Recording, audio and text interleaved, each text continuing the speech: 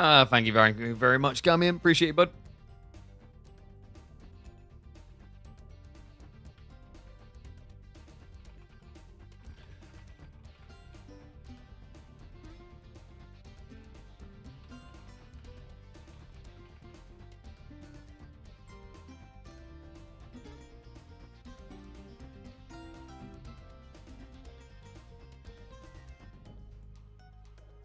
Whoops, a few seconds late starting there. What's up, one and all? Happy Monday. Or Mopey Monday, I don't know. It's like one of the two for you, I guess.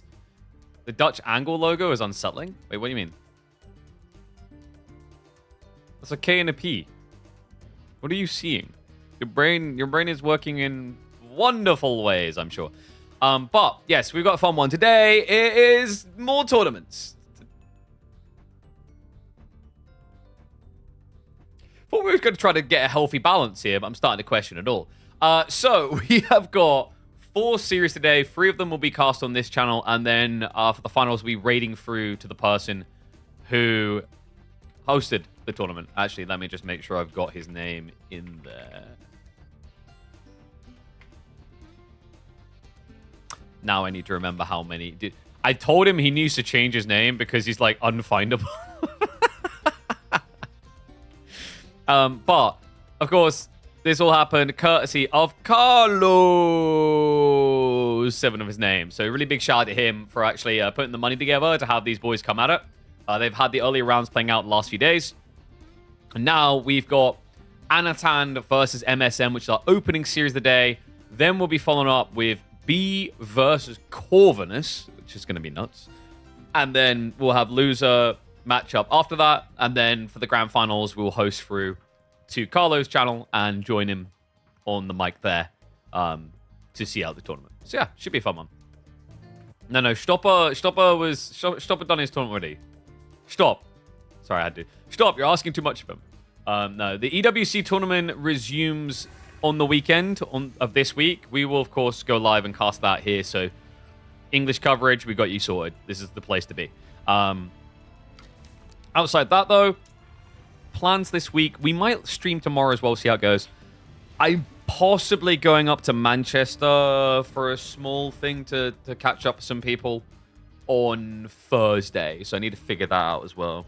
And then I'm hoping by next week we start get that flow and having a few new games squeezing in. I think Pragmata actually might be on Friday, so that could be a cool thing to do before the weekend, is check out Pragmata, which kind of looks kind of like sci-fi Last of Us, I guess is one way I've heard it described, which is kind of fitting. But we'll see. So, 1 second, let me make sure we're good to roll. And what we'll do is do we have the draft? I don't know if they pinged the draft across. They done it a little bit earlier.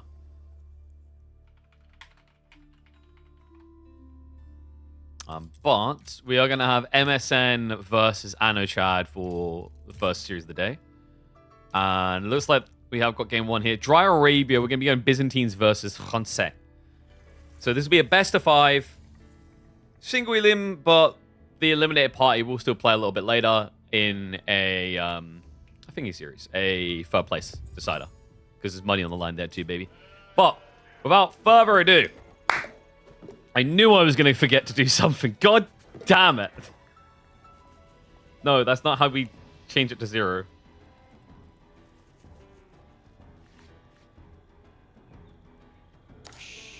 And we can get rid of the oppose logo. I don't think Carlos has a logo. I did ask him for one, but I never got one. So, that's where we're at.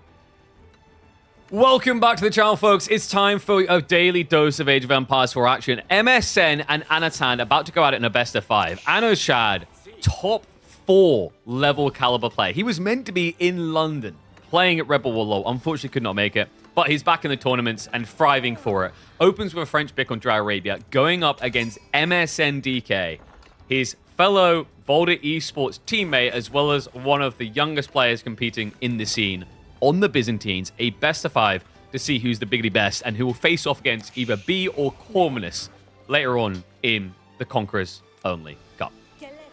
It's going to be a fun one, folks. Byzantines versus French. This one is an interesting dynamic when it comes to the economy, actually. French, of course, build more villages over time. But the interesting thing is that Byzantines, they get a nice juice up on their economy, courtesy of the systems, right? So that percentage scaling is very intriguing.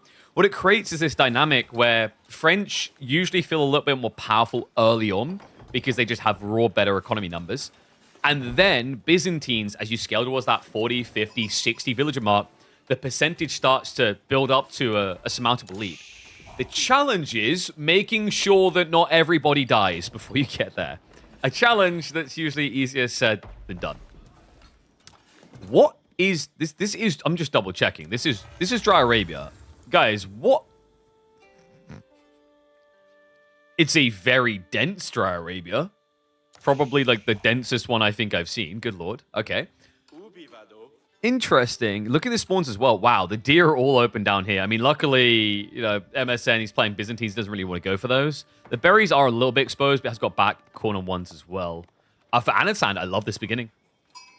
Pro Scout says lame, Lamau. Like, why bother? The reality of this matchup is that you should be the aggressor. Byzantine should not. So why wouldn't you just set up like this? Go up to the deer straight away, get that superior gathering rate, and then if some weird unexpected pressure comes, you can walk home. But when you play against civs that aren't heavy cav based, you as French don't need to build too threatened early on. Unless you're up against maybe Ottomans or Japanese that potentially open with a Dark Age spear rush. But that's why you go and scout. And the reality is, even if that rush is coming, it's worth it to stay here just for a little bit. Because the mill is only 25 wood, it's not that expensive to go through. And the gamble is worth it. Like, the upsides of the amount of food you get definitely pays off. And in the event that you would be Dark Age rushed, which Byzantines aren't going to do, by the way, you can just double down on gold, pull back, and then play for the second age. So really solid play. Did he go for... Yeah, he got survival techniques, because he's cozy now. You know, with Byzantines, you don't even have to wait for that confirmation on whether you're being rushed. I don't remember the last time I saw a Byzantine player do a Dark Age rush and feel good about it, if I'm being real with you guys. It's been a hot set. And got returned to AV4. Commute really needs it. Yeah, it was, like I said, we'll see how it goes. It's been a testing year. It is good to be back. But it feels good to be casting AV4. And thank you, Giolo. Appreciate the prime sub, buddy. So, Sheep Hall. Are you guys ready? 17 to 13. Anatan getting an edge there in a situation where he's already going out onto the deer. It's a double mwah from the Belarusian playing as the French. Yeah, because remember, he can stay out longer, so in theory, he should have got a little bit better, but it still comes down to the roll of the dice and where you're scouting and if you're scouting correctly. Because by going out on the deer, he doesn't need the sheep at home. By comparison, MSN should have to drop sheep off at some point on his initial rotation, or he'll run out of food under his TC. MSN, Grand Winery as expected. Already setting up the systems around the back. Final one could go down here, but it's a bit gambly because the knights are coming. So instead, he might just settle for... Wait, no, yeah. He's got room for one here, right? Yeah, he didn't gather for it. Which is surprising because he got 83 stone. I think he's just going to get on a slight delay because remember, when he builds the Grand Winery and the racks, he'll get extra stone anyway. And because he has no other use for them in his game strat right now, why waste time gathering stone instead of other resources? Just makes a lot of sense. So, comes out now. Sets up an outpost. I like this. It's a good position for it. You're either going to wall this or outpost it. Walling can get a little bit clunky around this area, especially with the berries. This just gives safety because the idea is these initial berries, a knight's not going to dive you, but the back berries, they will because you won't be in range of the town center. But by building like this, it allows him to just quickly move in because eventually he's going to be gathering at this point. He'll be next to the outpost anyway. And actually, it's going to be doubly good because Anatan has already started adding in archers. So this will give him a buffer away from that problem too.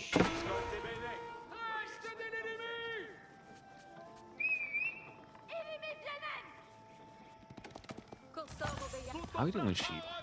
Final haul, yeah, 16 sheep, only 9 left over for MSN. Remember, it was only a 4 sheep lead. Yeah, Anatan's going to be bleating with happiness on this one. I like that, actually. That worked out quite nicely. So I'm assuming, yeah, MSN came over here earlier, right? So he was shoving the deer away, but it actually worked out quite nicely for Anatan because he has the deer and the berries close by. Technically, it might have been better to just plop it between the deer and the berries there. The thought process being there is you're going to gather more deer before you move over anyway. So, you know, the berries are the smaller grab and pull back. There's going to be a lot more walk time there. Anno is wasting no time, by the way. This is a very aggressive line. Makes sense as well when you think about it. Like, so one strat Byzantines are in favor of doing is trying to just skirt out the age if possible. Just build up Limitane and go castle. Guys, look at the gold. He's lucky there's one villager allowed to do this right now. It's Fort Gold, back tree lines. You don't have a natural defense strategy for the front of your base. You have to formulate it from scratch, and that's tough.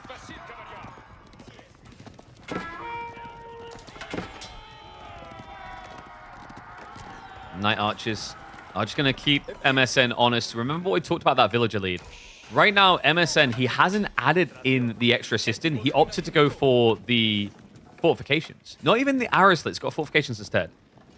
So he's missing on that extra little percentile buff. Right now, he's locked at 22%, which means he's getting like an extra 5 villages, roughly. But you can see Anatan is already catching up on that. And the other thing as well is that Anatan does benefit from having all of those cheaper techs to get. So, for example, he's got things like horticulture coming through, where his opponent will not. Now, what is interesting is we're seeing something we just saw on the weekend. There seems to be a growing trend. French players rushing Castle Age. A civ that historically has been happy with the idea of being last out of feudal seems to be switching into a bum rush to the next age. This is interesting, actually. Well, because if you get to Castle Knights, and your opponent can't go Castle as well, he can build loads of Spearmen, but technically Castle Knights can actually beat back Limitane spam. The other thing he could do is drop double racks and just start spamming meta arms across the map. Because let's be real about this, MSN's going nowhere. The kid is grounded, okay? The child locks are on, and he is not getting out of the cupboard. Don't question my parenting techniques. Be able to sneak out to the blackberries now, but still. Is MSN expecting the castle is what I'm wondering. It's going to be kind of a shock and awe feeling in the moment, I feel. It's so hard for Biz. It definitely is when you're just stuck inactive like this. The Fort Gold and the inability to move out, that combo is a killer. I love that Anatan sensed it straight away and took full advantage. You know, he could have just kept scaling knights and could have kept scaling archers, but the problem of doing that is it lets your opponent get enough mercenaries to actually be a real threat. Whereas, you know, he's got 8 Javs, at this rate 20 Limitane, but he's an entire age behind with no way of catching him. Instead, it looks like he's just adding in more and more farms because, hell, I can only gather wood, so I might as well. Needs to be careful about this, though. Anatan, he is not going to catch the play out onto the gold. Veteran C for the Knights is now on the way. So MSN can try to play catch up, but this is going to take time. Time that he can ill afford.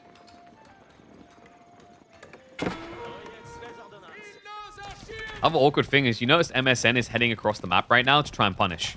But he hasn't addressed this. These knights here are still a significant threat. And with the veterancy coming in, the fact you just pulled almost all your spearmen away. There's only 6 spears to defend against 4 castle knights. That's not a good fight for MSN. Especially when they're not even here in the first place. Anatan gets in -3 with ease. Does get hit in return. 2 villages down, so nice strike back there by MSN. However, Anatan's not done. No, he's still cycling around. He's forcing some out of time. The berries are not safe either. I know, he can just dive. Get the scuba gear on, boys. There's nothing to stop you. And he goes, and MSN doesn't have wheelbarrow. Well, we're going to need some wheelbarrows to pick up all these bodies off the road. That much is for sure. He's going to show some respect to the Limitane. Anno is now prepping the wave to blunt it all, right? He needs to get a little bit of gold gathering going so he can get veterancy for archers. Because if you just get tier 3 archers, you win. Don't know why, but you like a lot more having the camera on during casting. Well, I mean, we're experimenting with it. I remember early days, we were like, oh my dear God, we weren't like this. We were like, do people like this? And they went, nah, I'm bringing it back. This is brutal, though. 10 worker lead now. Remember what he said, though, the way Byzantines win this on economy is they reach a high enough count that the percentage scaling is dominant. We aren't there. We're nowhere near there. He's behind, and it ain't even close. And to make matters worse, you've also got to deal with the guild hall, which is just making this even rougher. And what is up, May? Oh. Appreciate the bits. Thank you very much. And there it is, Veteran Steve Archers. This is scary, guys. MSN hasn't even started the tech. And Anatan is at a point where he could just rush you. Because, fun little fact here. These javelins, yeah, they hit pretty hard. They've got 3 ranged armor. They hit for 12 damage into archers. Archers attack quicker, though, and they have 8 base damage now. They could go up to 9. Now, you're probably going, KP, that means that javelins can still win that trade, right? Yes, but mathematically, the amount that should be fighting for the same cost, like these vet archers will do fine against the counter unit. That's what worries me. And oh my god, the god on top placement. All right, this is disastrous. MSN is going to try for it at the back. Ano knows, though. All he has to do is click on the gold, see that you've taken almost half of the 4K vein, and be all right, here we go. MSN needs the McDonald's Golden Horn Tower now. Nah, dude. He needs instant gratification. He needs Google Gemini levels of just getting what you want immediately. Otherwise, he's screwed. 2 knights are going to charge in, baits the spin forward. Archers, see what I mean? Look at the jabs. Look at the jabs. They don't even have a ranged armor upgrade. They're actually melting to archers. Knight on the back, can't quite finish it, but MSN has food problems as well now. Not just that, Chivalry's also on the way. Anatan won't have food issues of his own. He's right up to 520 food. So MSN does get his tech up in the end. It is in range of the system, right? It should be. It is.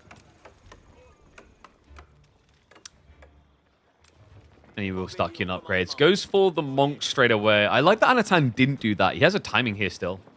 Technically, going for the monks would be the safe way, but it seems like Anatan's playing with some urgency. I don't know. Maybe he like wants a toilet break.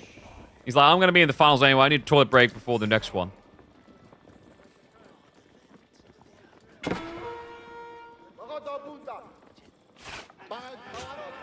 Where am I from? I'm from the Britlands, born and raised. On the playground, I didn't spend most of my days. I nerded out in the basement instead. Oh, not basement. It was in my bedroom. Good old Sega Mega Drive, PlayStation 1, Nintendo 64. Go downstairs, play Might and Magic and Cossacks on the PC. The good times. Where's the good times for MSN is what I'm wondering, though. Because this is harsh, guys. Like, game state is not looking great for him right now. You know, he has to contest a huge ball of archers, and now the knights are going to start getting littered in. He still doesn't have the most impressive food income. This is about to shrink again here with the berries. What's up, Nomad? Appreciate the prime, buddy. Thank you. Undermesh also being prepped, so you see he's kind of interested in diving. If it wasn't for the economy, I would be okay with MSN's position right now. However, I do take small issues with this type of worker lead at 14 minutes.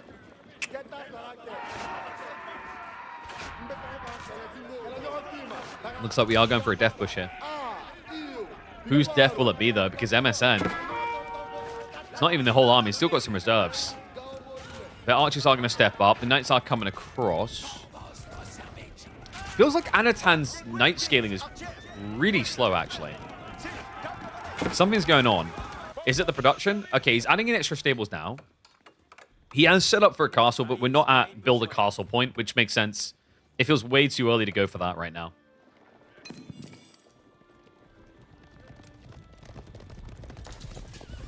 MSN, I like the camel coming through. I don't think that is an intentional build. That's just, yeah, that's RNG, but that works fine. Having a camel is nice just for the unease. The tricky part is Anno does have a lot of archers, so that camel's positioning needs to be pristine, or it's just going to die. What rank am I on here? I am unranked. I don't play. I don't play those video games. No, not again. They say don't stare at gift horse in the mouth. Actually, just don't even look at the horse. Run away from it faster. Finds a few worker kills. That's now 15 worker kills in total in this game compared to a mere 2. A 20 worker lead for Anatan. And not just that, guys. He can go Imperial. He can just imp rush. Look at the macro. His 1,500 food in the guild hall, up to 600 food now.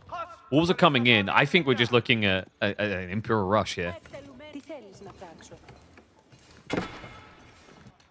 And this is the inevitability of Guildhall as well. There's no way of really stopping it. Relic game also favoring Anatan. They're about to be split, even Stevens. It looks like MSN will get the final edge there, 3-2. But the Imperial problem is big here. Oops, let's forget about his monk.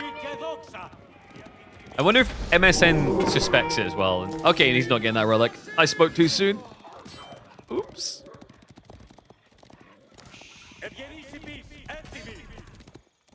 Red Palace now on the way. Well, we said he needed a castle there. This is going to give him discounts, remember. And I actually kind of love the fact that he's just still raw archering. It seems like something a psychopath would do, right? Because you could just go arbitrary and that counters cataphracts, but dies to the javelins. The idea here is javelin's going to overkill whatever range unit they hit. He's just swarming them. And if you get an age ahead like this, archers aren't to be discredited or snorted at. With the extra damage they get from the blacksmith tech as well as going elite, they actually can once again contest javelins. That's before we even start talking about things like the Cinder arrows.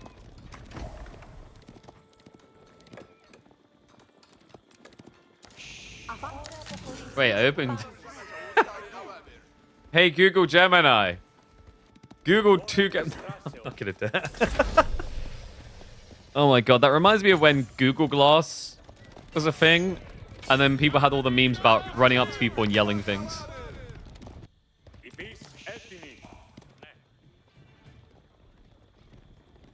So elite tech for archers coming in, also tier 3. Oh. It's appropriate we almost got to a subject about crap, because MSN's about to take a lot of crap. He's pushing forward with the Javs, with the Caddis. Decent amount of camels there as well. But this is now just all about elite archers. That's all he cares about.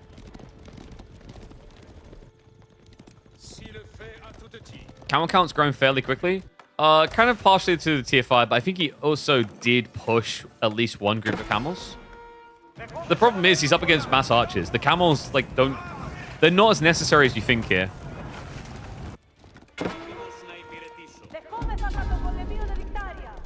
Cataphracts are just going to be scared to end the flank. I don't know what he hits here. You can't enter the base. The only option is the gold. And Anatan already has his eyes set on the incendiary arrows. Just needs to get the wood sword. It's good to go. The problem is greedy placement of the university. That's going to be an expensive loss because it's all about peaking the damage on the archers before your opponent can follow the tech. Nice sneaking with the knights. Wait, did he get 3 or 4? I think he did. Just got a few more worker kills. Good lord, this guy's not stopping. Where's Crimson Desert? We'll probably revisit Crimson Desert at some point. I need to come up with more challenges. And no, is he? He doesn't know. He doesn't have a scout. It got sniped. Okay, goes to the tree line. Finds that instead. That's still a jackpot for him. That's like double idle time. Forces the gold idle, then goes for the wood. And meanwhile, like, this is the infuriating thing about playing against fast imp French. How do you kill them? No, seriously, like, can someone just, like, send me a long DM listed instructions bullet pointed? You can't get in that base because it's guarded by the castle. Your only option is to find him out of the base, which admittedly, Anatan has got a lot of villagers. He can actually also afford to lose a lot of them because he's 30 workers ahead. Archers. Now getting trampled on. Let's get bypassed, but it's just sidestep. Like, you're not being pushed in a linear direction here. Easy peasy. Doesn't need to worry about the cataphracts. And Freya just delivered me some flowers. Thank you, Freya. I can't hear you right now, darling. I'm busy. Archers. Able on the choke point. Oh, they're buttercups. Thank you very much. Love you, darling. I know. I mean, the cataphracts done well, but yeah, you need to go play now, Don. Off you go. Yeah. Okay, thank you. He actually just calls it. I thought he'd try and hold on a little bit longer. I think it's just too much eco damage. He couldn't get the dive in. Calls the GG. I mean, I don't even know where to begin with the ending of that game. The elite archers would eventually win on cost trade logic, I think is the idea. But it's still bloody expensive. This takes a long time. Just too much damage done early. Longbows, regardless of French, you outrange the archers and win. Oh, sure, but you're not, like, who expects him to just do mass archers only? Like, come on. Alright, so, G2, Anatan picks HRE, and it's going to be Ayyubids coming out from MSN. But yeah, that just felt like a shrug in the end, and like, screw it, this is done. Like, what are we doing here? Alright, so let's get ready to go into game 2.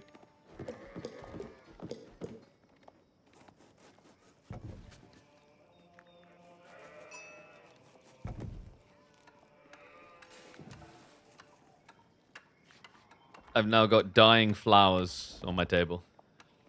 Yay. She always picks them. It's those weed lily things, or what they're called. I don't know what they are. They're not buttercups. That's not what they're called. I don't know what they're called. Is it daisies? No, it's not daisies. I don't know. Anyway, in we go. Ayyubids versus HRE. Now, this is interesting, actually. HRE Ayyubids used to be close to a 50-50 matchup when it was kind of focused on feudal aggression. More recently, though, I think HRE can be pretty solid here on land maps. Ayyubids can actually have an edge. I just realized I need to flip them around, don't I? Ayyubids can have an edge, as we saw from Marine Lord in the Red Bull Warlord finals, when you start adding in fishing. But this is not fishing, folks. We are on Prairie for game number 2. Meaning it's all about your raw economy on land, and there's no doubt HRE can trounce you in that one. You got wrecked by all the Dragon Archers as French? Yeah, but like those are different, right? Because those are machine guns. So I can kind of see that. They're very hard to kill as well. Compared to normie archers, though, it's a little bit different. How are we doing the sheep game? Sorry, that's just disgusting. That's actually disgusting. Just going to go ahead and leave the frame for a second.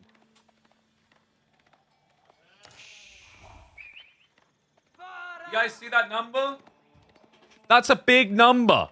How do you like them apples? Oh my god. 28 to 12? He went 2 scout of like, oh man, it's such a classic on Prairie. The MSN didn't think he needed it. He'll get an extra sheep over here, but that's just a big fat L. 13 to 34 sheep. Anatan has retired from professional play and taken up a career as a professional shepherd.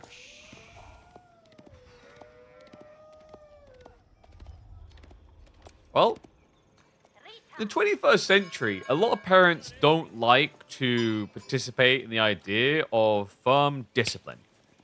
Spankings. But I think we can agree the kid is about to get a firm backhand here. This is bad. This is so bad, man. Aachen Chapel coming in because Anatan knows he can leverage all of that food. I don't... Like, what do you do?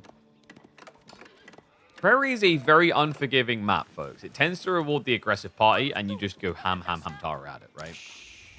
It's a map that's also been very dominant for cavalry in the past. Although you'd say Ayyubids have answers, right? They have their own anti-cav solutions. You also need food for that. It doesn't really have much food for that. These are going to be anemic camels. They're going to have only one hump because they can't afford the second one due to their calorie deficit. I think that's how that works. Logi is like the one way he can feel happy because at least he'll have the healing. But yeah, this is rough. And are you kidding me? Wait, the boar? The boar is pretty close to base, right? It's on the wrong side, though. Preferably, you would have wanted the boar down here so you can pull it into Aachen range.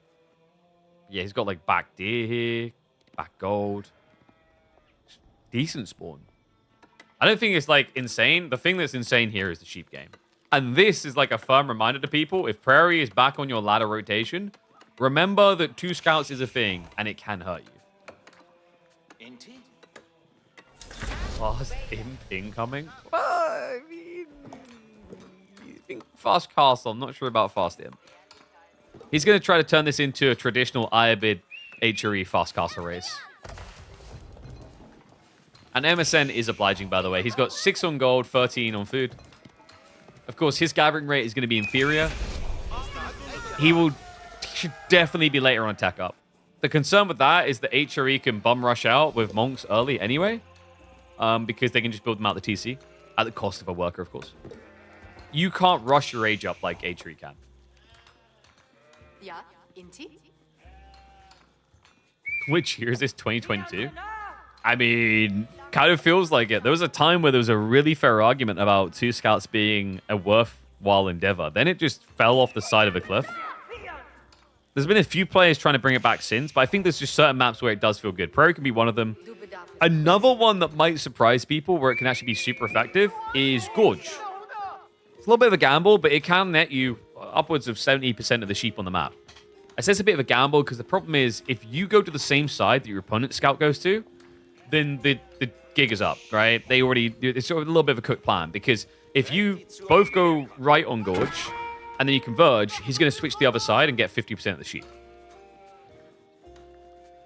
You go 2 scout, 2 TC. I think you're playing in a different league though, right? No shade, no shade. I suspect you play in a different league. It's a little bit of a different experience.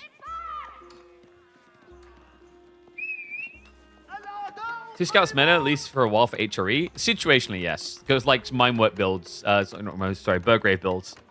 And there's the Regnants coming in. The problem is MSN hasn't even pulled the trigger. And remember, because he already went for the Dervishes, he has to wait 2 minutes. He can't get the speedy tech.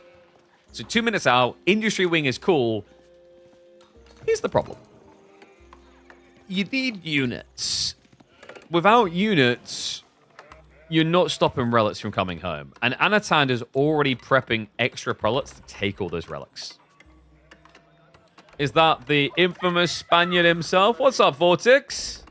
Thank you very much, mate. Appreciate the raid. Hope you had a good stream. Hope you got home safe from London. It was good to see you again, buddy. Welcome, one and all. We've got a tournament going on today.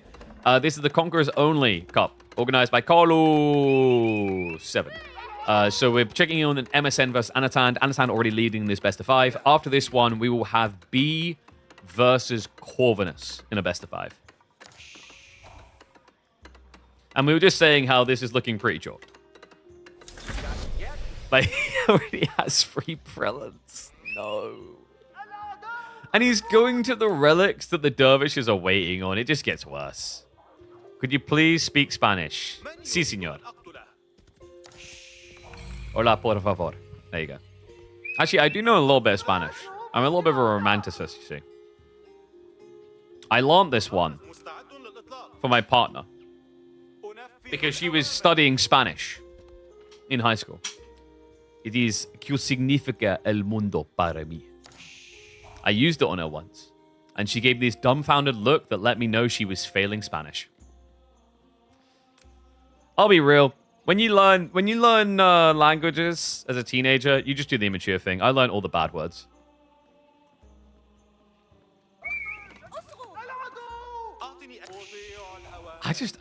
Like, what is there to really talk about here other than the strategy just flopping? It's 3 relics already on the way home. He could easily make it 4. He's already got a knight on guard. MSM, if he's lucky, gets 1 relic this game. And Anatan is already checking the backside, so he knows the dervishes aren't there either. What's really nice about this is the fact that you've got all these prelates now on a map where you'll eventually have to move out into pocketed resources. So like it balances out to spread your economy as well. The other thing is this classic type of strat, it has this cycling detail to it where you cycle knights in and out back to your base to heal with the prelates. Or you even bring the prelates to the front line. So MSN is going to be getting crossbows. But remember, he only has 7 sheep. That's it. After which he has to move out. And he's choosing crossbows, not spears, which means it's going to be very difficult to defend these external resources against raiding knights. What's this name of the map? It is Prairie. It is your worst nightmare, Ooga Booga. And the timing. The villagers, they get found. Knight is going to strike 1 down. Does see the crossbows as well. Great information gained there.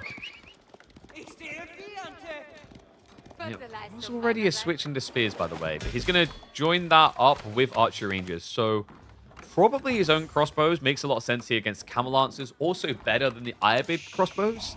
Not just because you have a better economy, but because they are faster. They'll be able to chase down and disengage. So MSN has at least locked in the area now. But remember what he said, like the sucky part about this is, you know, if Anatan was just raw spamming knights right now, you wouldn't like what you're doing here with just crossbowmen. Because you don't have anything as a front line. You're not going to be like, oh no, a raid's coming in. Let me just have the villagers stand in the way of that. That's, against castle knights, that's a death sentence, right?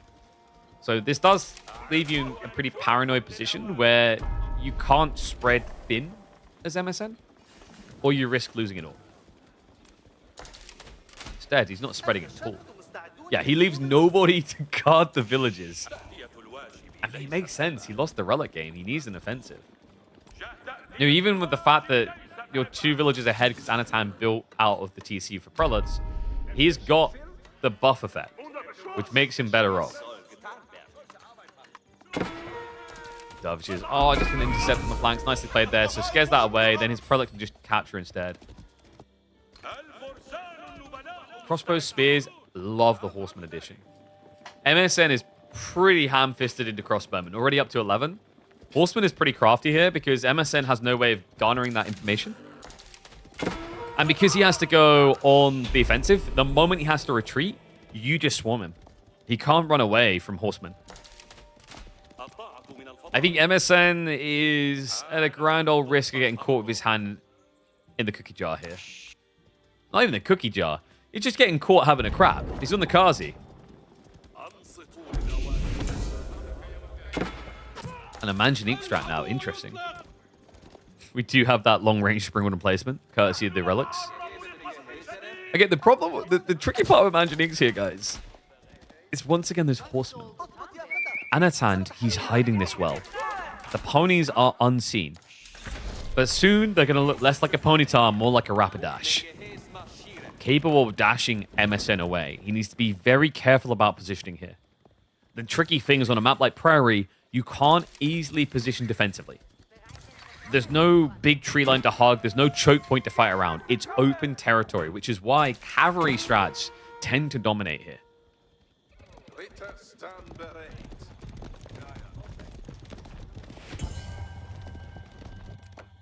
MSN, I imagine is going to have to start moving out for more food and not gold, but wood soon. Yeah, already moving food to the front side as well. Isn't the Horseman switch MSN signature? Yes, but he does that in Age 2. We're in Age 3 now. So stop piling up for the offensive. We have got double Mangonel now. Could try and go for a third. I mean, there's logical reason to go for a third. The problem is there is also an illogical approach to it if you knew what we knew. The thing is, MSN still doesn't know those horsemen exist. So, like, him waiting for a third man, Janique, and then pushing would make a lot of sense here. And no, there was no bracket set up for this that I've seen.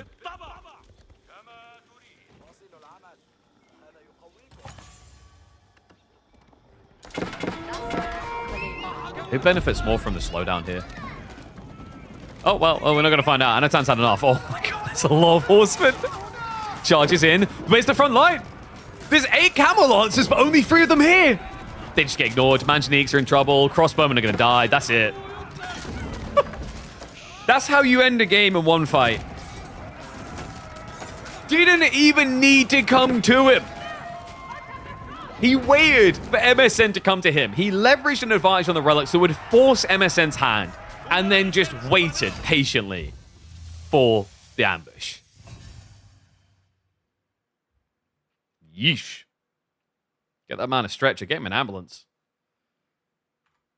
See the Ela difference here? I mean, it's like, it's more to do with the map and the Civ matchups and the approach, right? It's just like, how do you ever deal with a fast castle strat?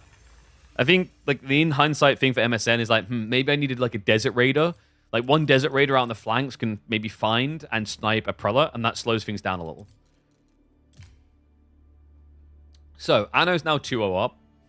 Next up, we've got Macedonians versus the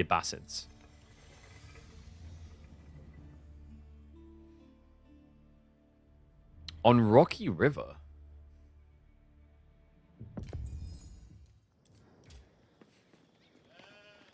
Wait. Let me just update that score. That score's starting to look pretty grim. Let me just get it up. I think 30 sheep also helped. Yeah. It's like literally the game gets decided by openings. There's the double scout opener into the fact you get locked into a fast castle rush. It's just so rough. Like, yeah, if I was MSN, more than anything, you can learn things, but the big takeaway is, man, I lost the sheep game. Which sucks, but we're in 2026 and that's still a thing in Age of Empires 4, but welcome to Age of Empires 4. All right, here we go. Trash Civ, ready to roll. We've got MSN on the Macedonians. Anatan is going to be in the yellow on the Abbasids. The Abbasids. This Civ that just gets mocked as being the worst in the game. But recently, we've been seeing signs that actually it deserves credibility. The Canadians have been bringing it back in a big way. And now we're going to see if Anatan can as well to cinch himself a clean 3-0 because he's up against a very aggressive Civ. Macedonian Dynasty. I actually think this is one of Abbasid's best matchups. Yeah. So a few things to think about here. Macedonians do still have the Radari, but everything else around it feels worse compared to the Abbasids. So let me dissect that, because right now you're like, hold on a sec, what? You pay more for all your infantry, and one of the big perks of paying more is that they have more health. There is other things down the line you unlock, but like in the early game, Feudal in particular, it's the health. The problem with that is Abbasids can get more health. They can go military wing and be better versions of your more expensive units. And the only upside you have is runestones that are hard to come by in Feudal Age.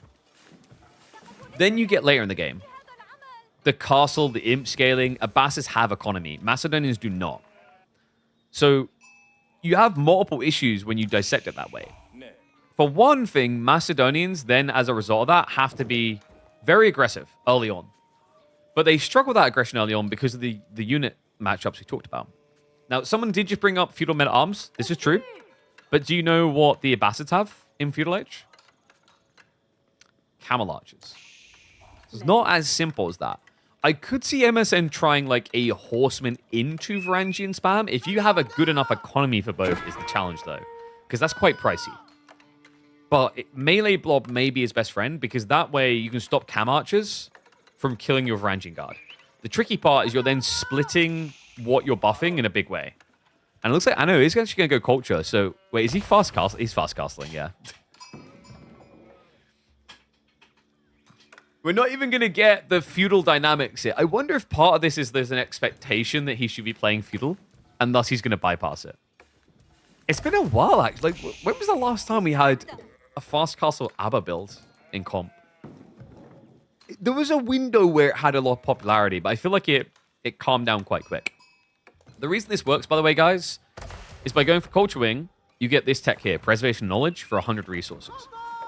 The discount on tech that it gives of 20% works on everything. It works on teching as well. So you save 360 resources going castle with this. It's pretty potent. Little fun fact for you, actually. Technically, Trade Wing can be a lot better. Obviously more risky. Because the logic here is like you're not saving 360 resources, you're saving 260 because you have to get Preservation Knowledge for 100 resources. But still, it's a pretty solid build. Because now he'll be able to follow it up afterwards with Military Wing, which will give him Camel Riders straight away to deal with A, the Hippodrome Horseman, and then B, the Radari.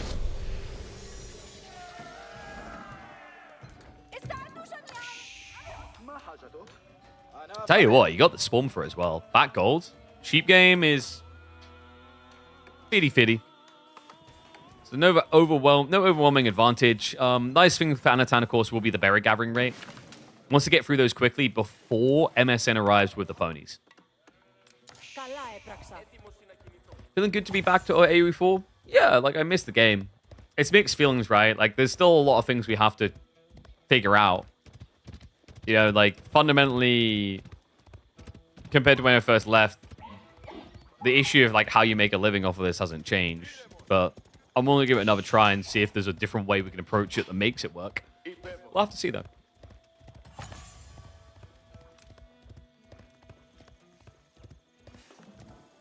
So we do have the scout coming out now. Remember, Hippodrome Horseman is going to be a long way off. Yeah, 100 seconds out, which means Anatan should have started his tech up by then. And a nice wall. Wait, no, wait. Oh, he caught. That was sick, Anno. With the pin. From downtown with the grapple. What? The scout. Was that due to the blueprint interaction? And then the scout just clicks through and the pathing gets weird? I don't know, man. Like, that you don't see that often. That was disgusting timing out of Anatan.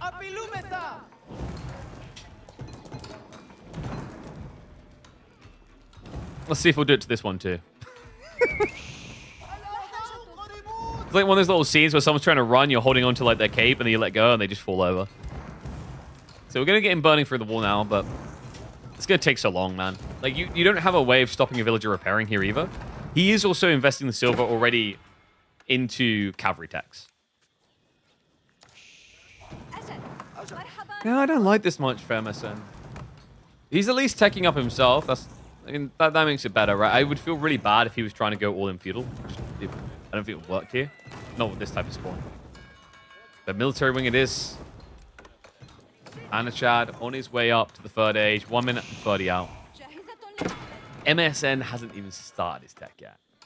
Another tricky thing to think about here is these are the situations where I think Abbasids are actually quite happy with the tech race. Because Macedonian's tech choice is going to be Golden Horn Tower, because it always is. The problem with that, it's a defensive landmark. It does give you crossbows, but very, very slowly. The main purpose is it keeps you safe in an area. The problem with that is compare it to Regnans, right? That gives you an objective to lean towards straight away. It doesn't punish the complacency of Abbasid's tech style and actually kind of rewards their approach, which is I gather a lot of resources to then put to work in tech up. Focusing on Cav versus Abba really the best idea for Macedonians? You don't really have other options. What would your other options be? You can go Varangian Guard, but then you can go Castle Knights. You could go Spearmen, but actually Abbasid Spears are pretty good, and they also have archers, some of the best archers in the game. You could go Archers, but once again, they have some of the best archers in the game. You're kind of screwed there, right? Like, if you don't utilize Radari in some way, what do you actually have as a civilization? The system landmark for Macedonians gives them charges to gulp with, which give resources or increase production rate. The problem is, it's literally like, the system landmark for Macedonians is do something in 2 minutes, or you were better off building a golden tower. It's tough. Here we go, tech up complete. Camels will scare him away. Doesn't waste time repairing, just places the gate instead. Golden Horn Tower is going to complete, so this is going to lock in the gold. That's fine. Problem is going to be food. MSN can't have much, right? Oh, no. Actually, wait. No, he's still got quite a lot of sheep. He's got 10 carcasses, 6 untouched. So, decent reserve. He actually opted to go to the berries, thinking he knew that this was going to come to this, right? That he's going to be raided. So, you want to take the risky resources before he wouldn't be able to. Could have protected a deer pack and a boar? Yeah, but two problems there, right? The deer and the boar is much further out. A little bit risky. But more than that, it's like you now disconnected your economy. You could have technically went boar gold, but it still has the issue of your base is now not protected, and that's where most of your villages are going to be. And you're now up against a castle rush, which means knights. Anatan already looking at relics as well. Sub 8 minute Abba Castle. That's the culture wing for you. Even deer berries. Once again, though, think about it this way. That secures the deer. That does not secure the gold. Your gold is then completely vulnerable, and your strategy revolves around a unit that is almost 50-50 food gold costs. It's hard.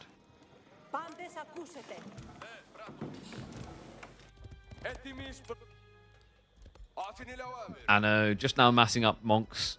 MSN isn't even trying. Wait, is he? He's actually going crossbows. Now that is very surprising. I mean, MSN, it just kind of feels like in some ways we're repeating game 2. That game it was Camel Lance crossbows. This time it'll be Ridari crossbows. And Anatan is actively adding in camels. I love this. Crossbows hate this. So, interesting thing about camels. A lot of raw HP, no armor. But crossbowmen double their damage by attacking armored units. The camels aren't armored. And to make it even better, look at this. Camel handling will make him quicker than Radari. He can then even think about going for the shields to make him better at trading with Radari. And reminder, Camel Riders hit real hard. 28 damage every 1.12 seconds, which, by the way, is quicker than the Radari. Now, you're not going to win with one Camel versus one Radari, but that's not your idea. You kind of stack it up a little. What's up, Crackety? Appreciate the raid, buddy. Thank you very much. Man, this is nuts. I feel like every once in a while I sit there ruminating going, oh, once upon a time, we challenged a pro to like try and just do camels only. And he almost beat Avli on the ladder. And I wish he'd done it so everyone would start doing it. Well, apparently Anatan is going to do it for us. Almost 10 camel riders. I'm becoming more and more convinced this is actually the best matchup in the game for Abbassids. Relic's coming home. It looks like that's the first of them to be picked. More to come, though. Walls are already up, so no easy entry. MSN is at least picking up Relics too.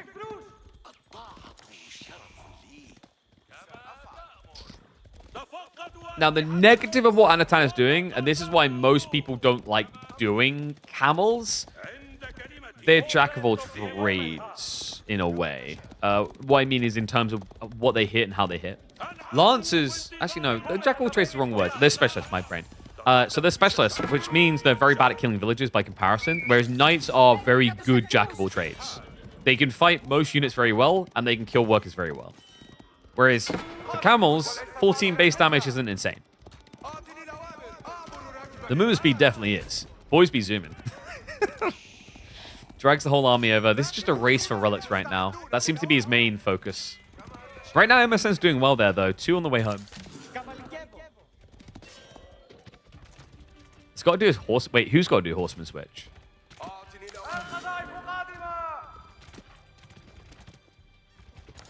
You think Anno has to? What, because you think he needs an answer to crossbows? I mean, camels can beat crossbows. Like, camels are really, really tanky, guys. They have almost double the health of horsemen. And although they have no ranged armor, they're not taking bonus damage. Why crossbows? Because he was up against lancers. Where'd all the Radari go? Wait, did he munch him? And there wasn't an insane amount to begin with, right? I was keeping an eye on the minimap. I think they just trickled to death.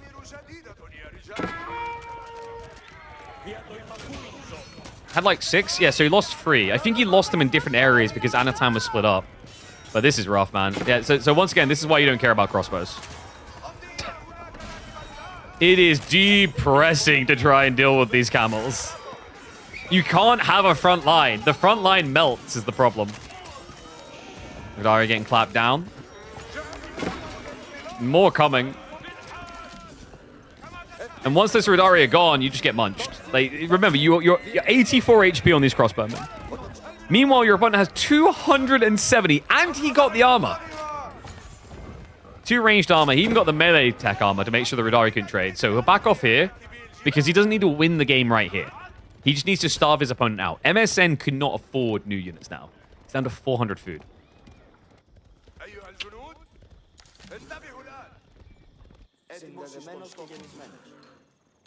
Yeah, I think the economy says everything it needs to, guys. 500 wood, 1,000 gold. At this point, it might even be worth adding in farms. He's going to try to play back out here again. I know he's now going to litter in some horsemen. I mean, this is where, to defend Crispy on this is where the call does make sense. We're at a point now where your opponent has got no Radari. So actually, horseman is the more efficient to deal with crossbows. But when you're up against both these types, camels win.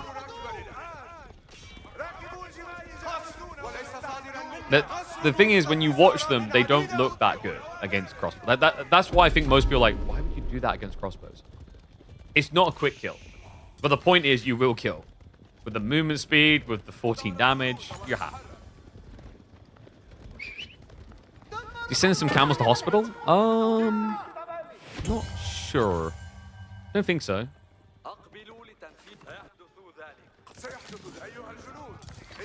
I feel like he's rallying them somewhere, but maybe... Oh, no, there they are. I'm blind. I was expecting, like, both monks. It's literally just one.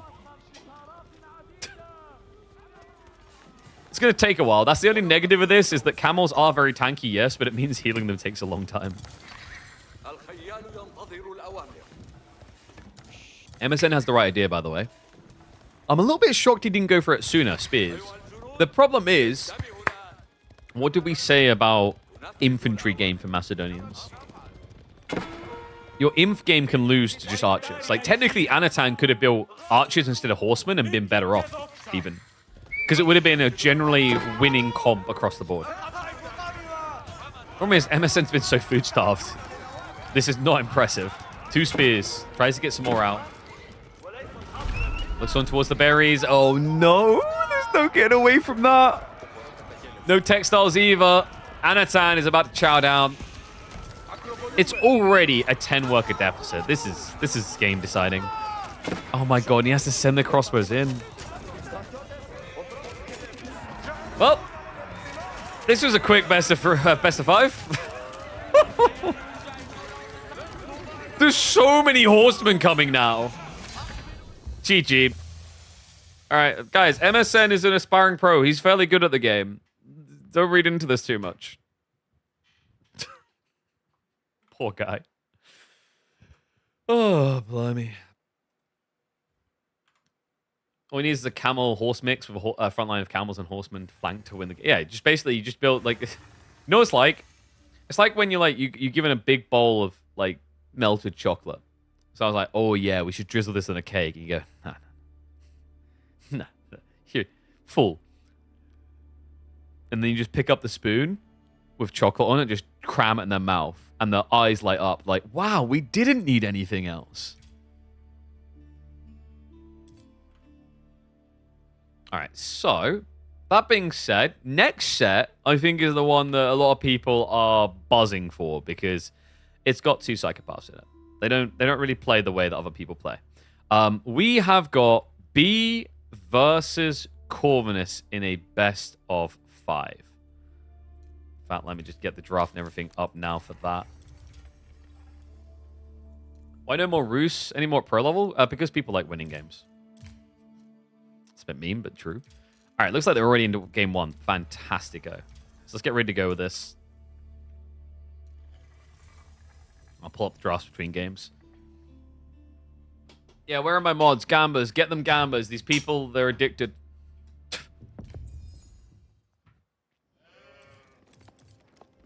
All right, yeah, they're already 30 seconds in. Perfect. I missed this. These two are the craziest players you could imagine. And we already have the 3rd craziest player, Anatan, weighing in the finals. Welcome back to the channel, folks. It's time for your daily dose of Age of Empires 4. Corvinus up against B. These two are crazy to witness. Last time I cast Beyond Marlians, I've never seen a man spam Sofa in the 2nd age so long. And Corvinus, we just watched this guy yesterday play Knights Templar on land against French and somehow not lose villages. Need I say more? This is going to be fireworks, epicness, guaranteed, sparkles. So, best of 5 in this tournament. Really big shout out to Carlos for organizing this. This is the Conquerors only tournament. And he needs to get a logo and some marketing, though. I told him he needs a logo. He's still not got one. But this is going to be fun. So, let's get ready to go on predictions, because I know you guys are going to be gambaholics about this. Corvinus should, in theory, be the weaker party. Historically, B has just been kind of a step ahead. It's almost like they're both crazy scientists, but, you know, one's got a little bit more leverage. Let me get the score right as well. This is game 1 for you guys. I'm just looking at the draft as well in the background. Interesting things about this. This is the respect that B gave him. Can you guess what Corvinus drafted as his other choice on this map that was not allowed? He chose Knights Templar for Dry Arabia. And then the Madman. I think Corvinus actually wanted Knights Templar versus Marlians. I think he was hoping that was the pick that was going to come through because he sniped the French instead. Oh, man.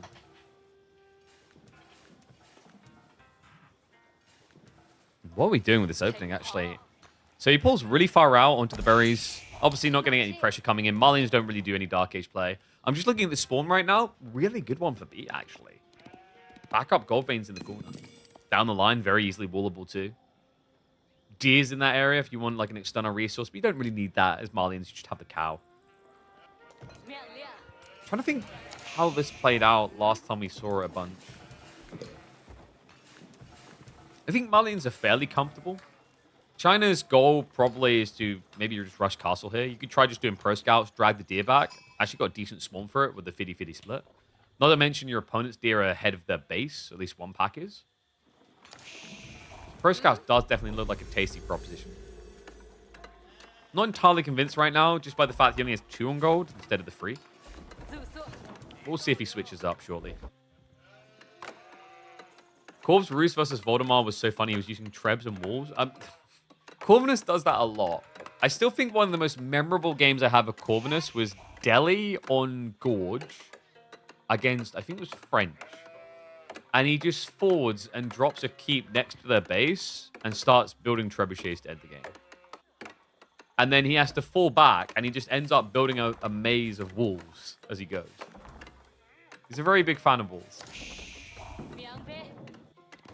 And I do kind of wish we had more moments like that in AB4, by the way. Like, that was, I think, if I had to highlight a single play that was the most epic play of the day, for sure. 4th Red Bull Wall of all the games, it was Wham's Walls. There's a reason we call them that. Like, that wall-in, he still loses the game, sure, but on Socotra, that was the memorable moment of the tournament for me. It's weird because you want more epic moments like that, but it has to be a balance because if that's always happening, then it becomes less impressive. It's like, for people play like Dota 2, 5-on-5, you have like this ability called Black Hole. A 5-man Black Hole is epic because it happens rarely. But you need tease the epicness. I'd love to see us get a few more opportunities to do, you know, cheeky wall-ins and trap-based ideas in AoE 4. It would require them to tweak the engine, though, I think, is the problem. Yeah, we need an engine update for that to be feasible. Okay, so cow already on the way. B's a really big fan of just the free cow and then stop. He's the type of player that will actually eject cow, eat them, just to get a better push going.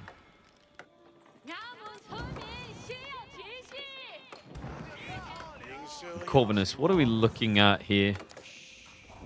Lolwood being gathered. Stables drop should be coming in then. Like, why else would you have 2 on gold still?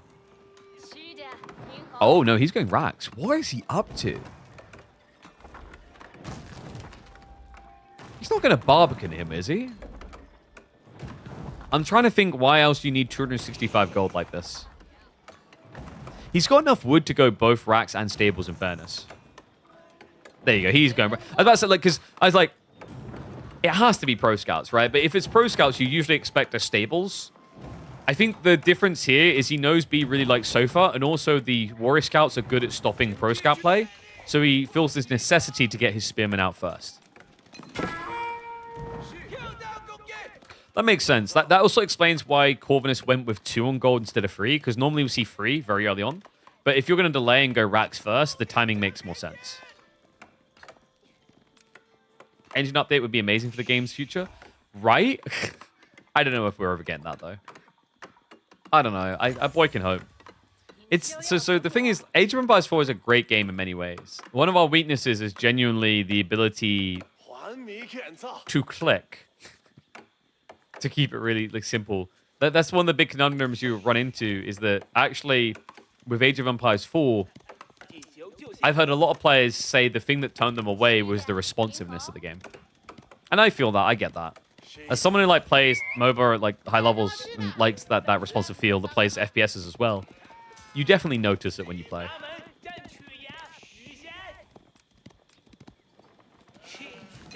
Oh, we've got 30 seconds actually. Let's speed up the 30 seconds to catch up.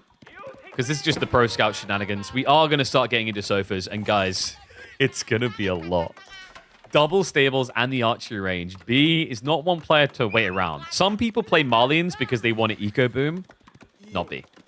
B is an aggressor at heart with this Civ.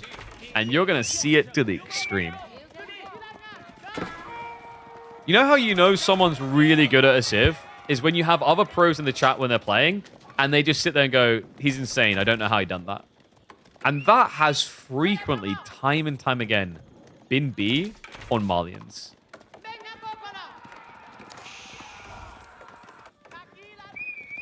How come AoE2 players are not transitioned to AoE4 anymore? Multiple reasons, right? Like, I think people forget the nostalgia vibe of things a lot. You need to build your own crowd. You guys are about to see this with Olden Era. Might and Magic Olden Era is about to enter into early access at the end of the month. I guarantee a lot of people will not move over from Might and Magic 3, or a lot of people will come and try it and then go back to Might and Magic 3. Nostalgia is a hell of a drug, is what you'll learn in life. It latches onto people very powerfully. It's also just a different game. They play very differently. There's different focal points. And then finally, I would say AoE2's engine is a lot more responsive. And that matters to players as well. We would have got a lot more StarCraft players coming and staying in AoE4 if our engine was more responsive. Not even micro-intensive. Not even like you can do all the things you do with like Start Step Marines necessarily. Just when you click, it feels more organic. So who's winning this right now? Corvinus has a sizable army. Spear Archer's coming in fast. And what's up, Goldfinger?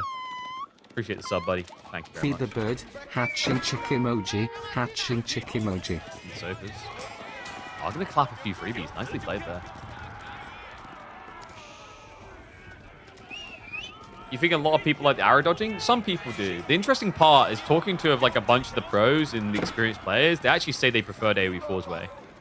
The arrow dodging is cool and it makes you feel cool, but then like I think when you get higher level, you realize there's a lot of other things you can do and pay attention to, so the arrow dodging doesn't matter as much.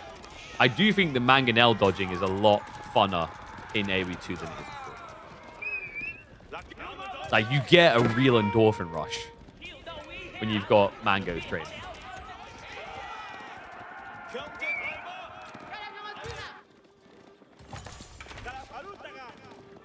Looking at here, Horseman now, yeah, Corvinus. 1-1-1 build. He's still holding reserves as if he's thinking about Castle Age. I'm kind of liking Corv's position a little bit better here, but never right off B. He's a madman with these Sofa, and it's still only the one ranch. The other interesting thing is he's started to build cow in reserve to eat if he needs to for another injection of Sofas. What B's trying to do here is turn this into a micro-expression. Problem is, when you play the way Corvinus is, it just becomes like a throw more crap at the ceiling situation. Hard to micro your way out of that. Spears are getting caught up on the archers, though. That was good micro by B. He sacked the archers to keep the Sofas alive. The perfect situation. And now it's going to allow him to dominate the fight. Look at that. Look at the body count on the floor. Archer, archer, archer, archer, Sofa. He barely lost any heavy cav there. The valuable units stay alive. Meanwhile, Corvinus has to sack a bunch of his units while staging a clearly more and more losing fight as he goes. He will be able to remass here. But B is now adding an additional cow. Yeah, he's earned the right.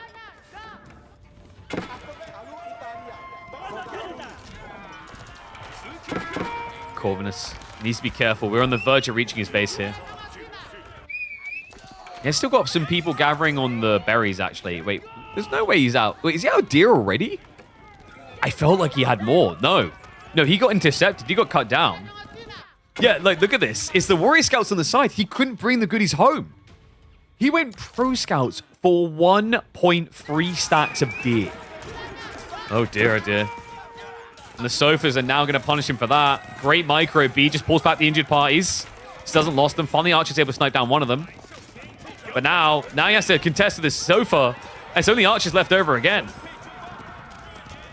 He just will reset. He's got a new fresh wave coming in.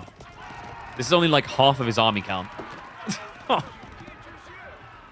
This is one of the poorest Pro Scouts players I've seen since coming back. Actually, this is the poorest one, right? He's just been starved out.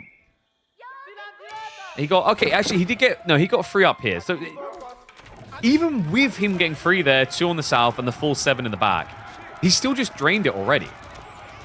Meanwhile, B, this is where Malians can feel a little bit busted. He can keep doing this. He has infinite food. Flash again. Archer's just trading that back line, but it's coming at such a heavy cost. Sofa line is spinning, yes, but there's just nothing left of him. Corvinus has been picked to the bone in game number 1. That's the thing about B. He's wacky, but his style of wacky is less about the chaos, because you see how he does this. You know you probably can't do it because the micro expression required, but you see and understand it. But somewhere along the way, you're like, this is not how people play Malians. This is unusual. And yet, it works so damn playing well. Malian. Watching them win is That's even game. better. There were villagers defending that. That's GG. Game 1 already in the hands of B. Yo, what's up, Sips? Appreciate the prime sub, buddy. Thank you very much. Can't wait to watch B playing at the Serbia line. Yeah, I imagine we'll cover the games on our own channel from home to check in on that. Should be a fun one. B on LAN is something that we've waited basically the entirety of Age of Empires 4's existence for. And he was robbed of it, actually. He's robbed of it NAC or N4C. N4C should have been the one, but I think it was a qualifying set between him and Mister, and it was on Old King of the Hill, and the spawn was not fair. The spawn was brutal. He had a Mongol pick, but he had to wheel his TC like a third of the way across the map to find anything. And that was pretty much it. That decided the game. Like, you can't come back from that, basically. Like, he was down 3-4 villages already at that point. It was brutal. So, boys should be getting ready for the next game. Let me actually pull up the drafts for you guys. It's crazy I can remember games that far back, by the way. That was literally 2022. I may have watched a little bit of Age of Empires 4 over the years. What can I say? Just a tiny bit. Just a smidge. I only have almost 4,000 hours. Remember, that's all casting, by the way. I don't play the game. All right, so next up, Corvinus once again tries to get Knights Templar, and it once again gets banned. He'll be having Tuklak here. B tried to pick Delhi and Golden Horde. He gets given the Golden Horde. Which map are we going to here? Let's have a look. It's going to be Gorge. Mister's too busy feeding Europe. Yeah, grain prices going up, right? Kappa. Yeah, I don't know if Mister will be back. I think the game's getting a lot more complicated. He could do it, but it's just whether he really, really wants to put in the time. I know even for like Recon, he's like contemplated it, but like I don't know if Recon's even going to come back. I mean, I told him it's probably like the most logical choice for him right now because he's like, I don't know what to do now. I'm like, Age of Myth is dead. There's nothing to really play for anymore. There's not really many tournaments. So yeah. And even if Recon came back, it's still decent at AoE4. Challenge is like whether he could get to a point where it can provide a living for him. His alternative is gambling on Dawn of War 4, but I just don't think there's going to be a comp scene there. And if there is, it's going to be insanely small. It'll be like smaller than Total War Warhammers. All right, here we go. Let's get into this. Let me just update the score too.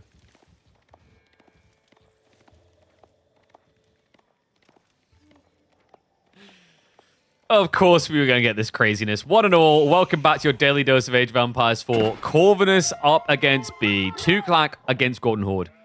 This man is crazy. His options for Gorge were as follows. Tuklak that you see here, or he was trying to get Knights Templar. Corvinus may be a familiar name to a bunch of you. He doesn't play like your standard Age of Empires 4 pro. He tries to create his own meta, and I respect him for that. Tuklak, however, is starting to come in pretty hard on land and look pretty effective. We've seen even Creator on the weekend in a recent tournament showing you how potent 2TC castle builds can be. But you are going to be up against a feudal aggressive Civ here. Let's see what he's got in mind. Let's see how he's going to be cooking, because B on the Golden Horde has me on the edge of my seat. It's not really something that I feel like we've seen much of historically out of B. It's not really been his priority civ. If you think of B in the last year, you're thinking things such as Delhi in there, because it's in there for everyone. But the real signature things would be things like Malians and Ottomans are his lead civs. Even at the new civs, I think, like, maybe I'd expect Macedonians more out of him. I don't know. All right, so for those wondering, I just heard, like, we want to run down Tuklak. For those who don't know, this is Elephant Civ. They have elephant workers, elephant ballistas, elephant everything. I'm surprised the villagers aren't elephants at this point. They've got a god for it. They could be age of mythology, elephant god. Anyway, the way it works is that this civ is very, very much oriented around elephant usage as well as governorships, which means they want to build castles. They do also benefit economically early on because they have elephant economics that gives them more on drop-off, a little bit like a mini version of China's supervision. Big priorities to focus on here. Most games, you're going to be seeing Raider Elephants coming out this civ, and it is dirty. Raider Elephants against Golden Horde is actually a genius idea for a lot of reasons. Golden Horde is a civ that tends to build lower damage heavy cav, meaning they can't snipe out Raider Elephants, and they like to build archers a lot, and then crossbows. All these things die to Raider Elephants. But the castle thing specifically, we are going to be seeing a lot of out of Corvinus. Tower of Victory is on the way. This is the way people go now. They've kind of given up on Dome of the Faith and the cheesy healing. The idea with this is that you can go for a castle drop next to the stone and then upgrade it with benefits. So, for example, this house here, he could drop the castle here and build houses around it, and then he could apply a certain governor that would give him food for every house or farm around the castle. This is the organic bread and butter of Tuklak to give them a real economy. That is insanity, by the way. Building carts is a non-existent landmark. I think there's just been a mistype. There's an error in the matrix. Guys, you do not see this landmark ever. Seriously, nobody does it. It had to be a B thing, of course. Khan and Torgud, the one that makes your heavy cav cheaper and chunkier, is the bread and butter. Building carts is an interesting one, though. It's going to give him, you can see right there, 2 building carts that he can unpack into military buildings. Now, you're probably going, hold on, KP, that actually sounds pretty good. Like, for like cheesy rushes or all-in timings, that's really powerful, surely. Yes. But the problem with it is that it takes too long. The building carts move really slow, and then they take 30 seconds to deploy. So it gives you this slower timing, and it kind of feels a little bit weird for a lot of players, because most strategies revolve around you build an army-type unit, your opponent counters it, and you build another army-type unit. And that makes sense, especially early on, because your economy is usually good enough to get real value out of one unit type. But by doing this, you're usually thinking about 2 unit types, right? Unless we've got some crazy double archery range build, which would be nuts to see, you're usually going to go, say, a racks and an archery range, or a stables and archery range. And that's already split your attention. Think about the reason why you see a French player open up and only build knights, or an HRE player will begin with horsemen and then move to spearmen or archers later. Let's see. Moment of truth. What's it going to be? I don't think you double archery here. Double spear is a B thing, for sure. I wouldn't be surprised. Yeah, archery spear. Yeah, so it's going full infantry comp, which leans into the strengths here. He's going to be able to get the Torgud anyway, because you get stone generation. But you see what I mean about the timing. It takes a while for them to deploy. Production now on the way. Torgud is also coming. Or rather, the Batukan is. Wait. In a weird way, by building the castle back, did he grief himself? I think he did. Could be liable to lose a villager here. But then again, he did pull extra workers from the south side. So yeah, he'll be fine. 13 to get it up. B isn't even trying to dive there. He's going for a different target. Because there is a negative about this placement. Most players tend to build the castle closer to the TC to give overlap. This is really far out there. The problem of that is it doesn't protect your berries. It doesn't protect your deer. Doesn't protect your tree line. He's going for a second castle, but the Khan has found that. We'll rush more over. Doesn't get the kill. B, we'll just have to get out of here. So well played. Corvinus does get both of them online. Remember, these castles are cheap. This is why he was able to do this. It's not that Tuklak are broken. It's that the castles only cost 400 stone. You have to upgrade them to be real castles. Back to stone gathering, because you want to upgrade them. I don't think we're getting a 2 TC build. When you're up against Golden Horde, you're expecting a lot of feudal attack, right? So 2 TC would be a bit bonkers. We do already have Bakar online. This is the one that gives food for houses nearby. It's going to be a fortified outpost. This seems to be the way that people are dealing with this Tuklak strat, actually. We saw it yesterday as well. It's quite a popular approach, is if they're going to spend a lot of time on stone, then they're not going to be able to rush castle. So you just block out gold sources.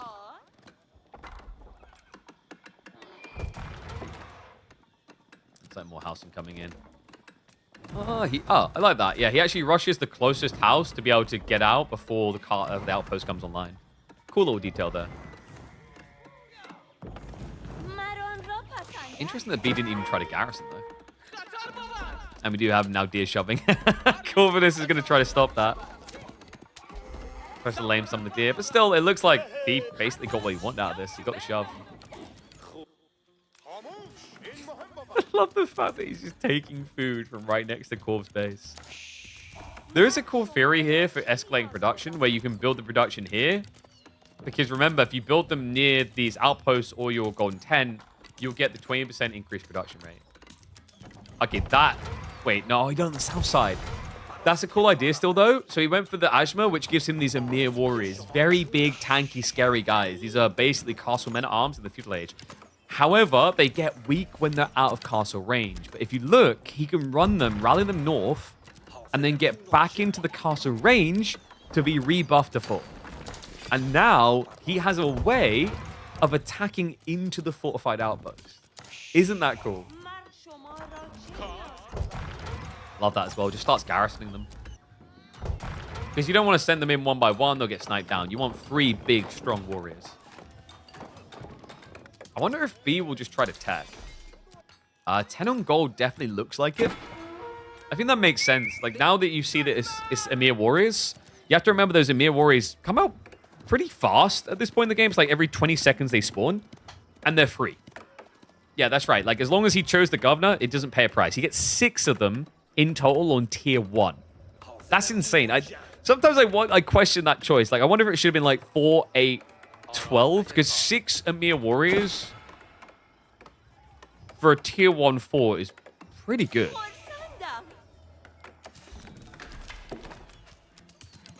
Guys, this actually might be a Relic Uvu's game.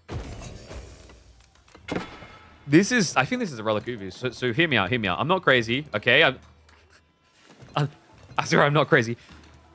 Relic Uvu's, because he went building carts, is really strong. Because when he completes Castle Age, he'll get another one of those carts, and a monastery is a military build. So you can start deploying monks very quick at the beginning of Castle Age.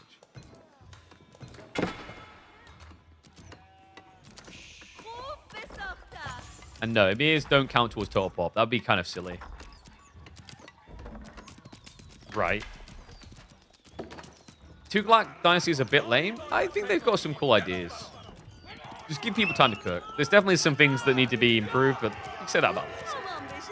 All right, dive comes in. Now the Emir warriors are kind of womp-womp. This is the only problem. Is like, it's good position to burn, but bad position to dive. So remember, you lose armor, you lose health, you lose everything when you're out of range. So you almost lost one already. It's going to be Muscovy Yasak, so he doesn't go for Relic Uvu's. All right, well, I think that says everything it needs to do, folks. Relic Uvu's needs a buff. Yeah, if it isn't built in this situation, I really feel like it needs a buff.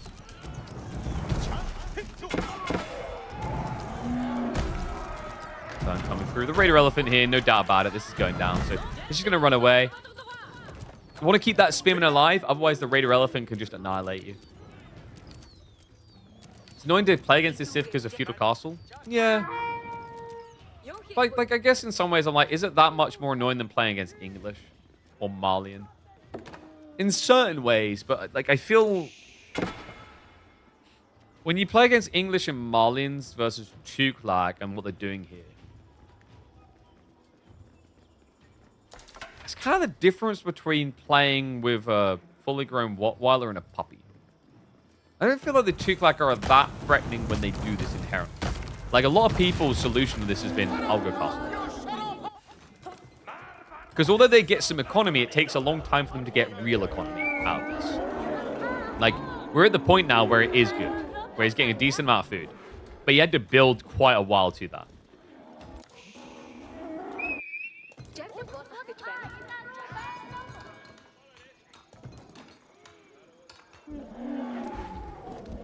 And so we have got a marcher with the raider elephants here.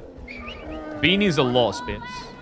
I don't know, I need to think on it more. Like I see where you come from. It is annoying to break these castles. It reminds me of like Barbicans. You never try to break a Barbican in Feudal. But the question isn't then like, is this Civ just like, does it need to be nerfed? It's more like, okay, is there solutions to this Civ? Can you instead just basically tech? And I may be about to eat my words because it doesn't look like you can tech. No, the castle drop. Corv. He's got the Emir Warriors here. If that castle goes up, B is going down. He needs an answer fast. Raider elephants, very loud, very proud. I can't believe they just walked them over. He tiered them up, by the way. That's not a tier 1 Emir Warrior castle. It's a tier 2. It'll sack a few workers, but absolutely worth it. This ain't Mongols. You can't move away. You're stuck. This diving, costing them everything. Few workers go down. Whoopty freaking doodah. All right, I take it back. Yeah, this is stupid. Oh my god. Are we in India or are we in France? Because all I can smell is cheese.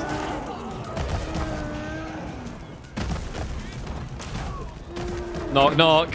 Nice base you had there, B. He may be an age 3, but like, what do you build now? Kipchaks? Ugh. I don't know if like I put this on Tuglak as the problem or Golden Horde is a problem. Like, there are some matchups where Golden Horde's really good. I don't know if there was anything he could have done in this one. Because I've seen this like backfire against certain civs. But it is kind of ridiculous the way this just played out. Like 3 castles. 3. I think you probably need a castle limitation of like 1 per age. No, not 1 per age. Well, one castle limitation in Feudal would be the way I'd say. I think FC was a mistake.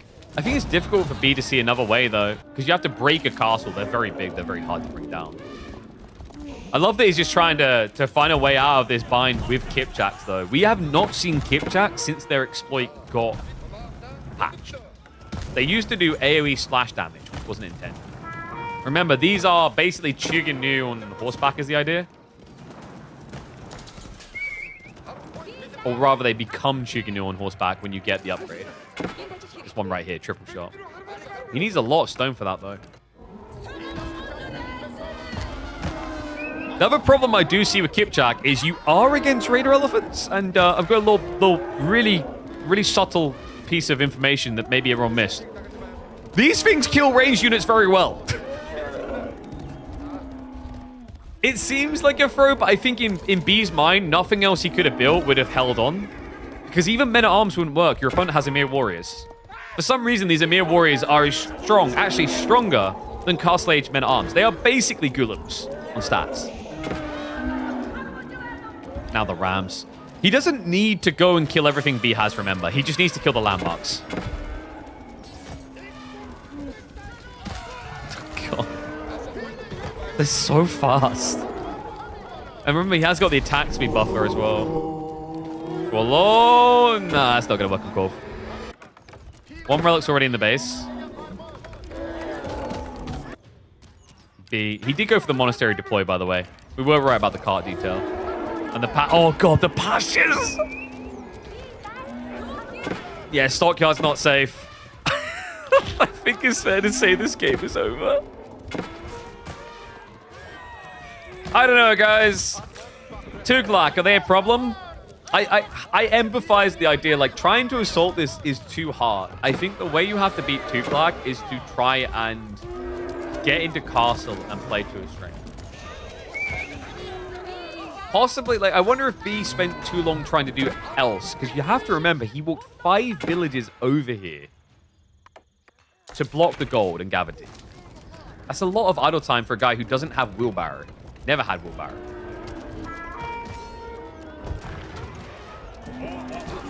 This is hard.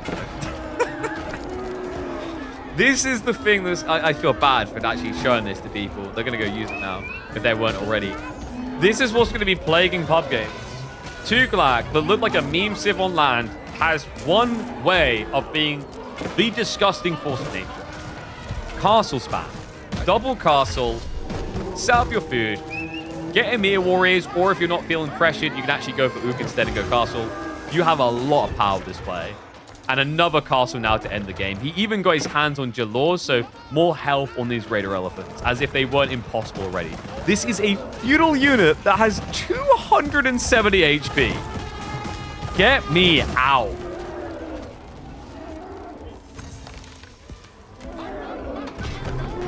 If there is one universal truth in the world of Age of Empires, Age of Myth, Age of Empires 1, 2, 4, it's the elephants are broken.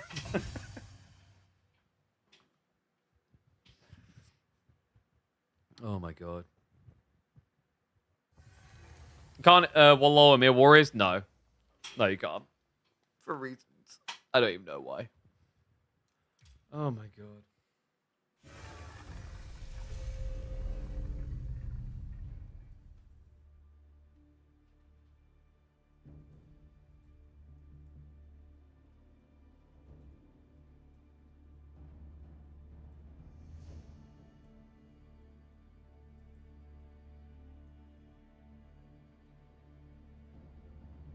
You think that passive income is bad for the game?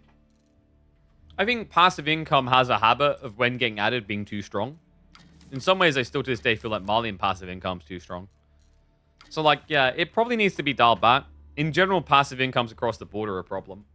It's cool to have it as a unique, different style, but the challenge is making sure that it doesn't swamp what exists already. And passive income has definitely, I think, trended upwards with newer and newer civs being added. But that's also partially because older civs that had a lot of passive income had it nerfed. So, for example, did you know when HRE were first released, when the game came out, one Relic and a Regnitz gave 300 gold a minute? We have now grown up. We've matured to realize that is dumb, right? So, like, I think this is always going to happen, and I talked about this in the past. Actually, I think devs, to a certain extent, do it intentionally. Tinfoil hats on, but hear me out. You need people to buy DLC. So it's kind of pay to win. But more than that, you can't begin to balance the Civ correctly if no one plays it. You guys know why Empire Wars never got anywhere? Like, why it never got patched or changed? No one played it. Now, you can go, well, that's a sign that no one wants it then, KP. Sure. But a fair point from the dev side was, yeah, there's no point us trying to fix it or make it enjoyable, because if no one's playing it, we literally have no data to go on. So we'd be basically just punting in the blind, right? Which is not a very good way of investing development resources. You need some information to gauge, to push forward in a direction that is correct. When did you play your last game at AV4? Or do you play sometimes? It's been a while. My last game at AV4 was the 14th of November, 2025. It's been a while. And then before that, 2024.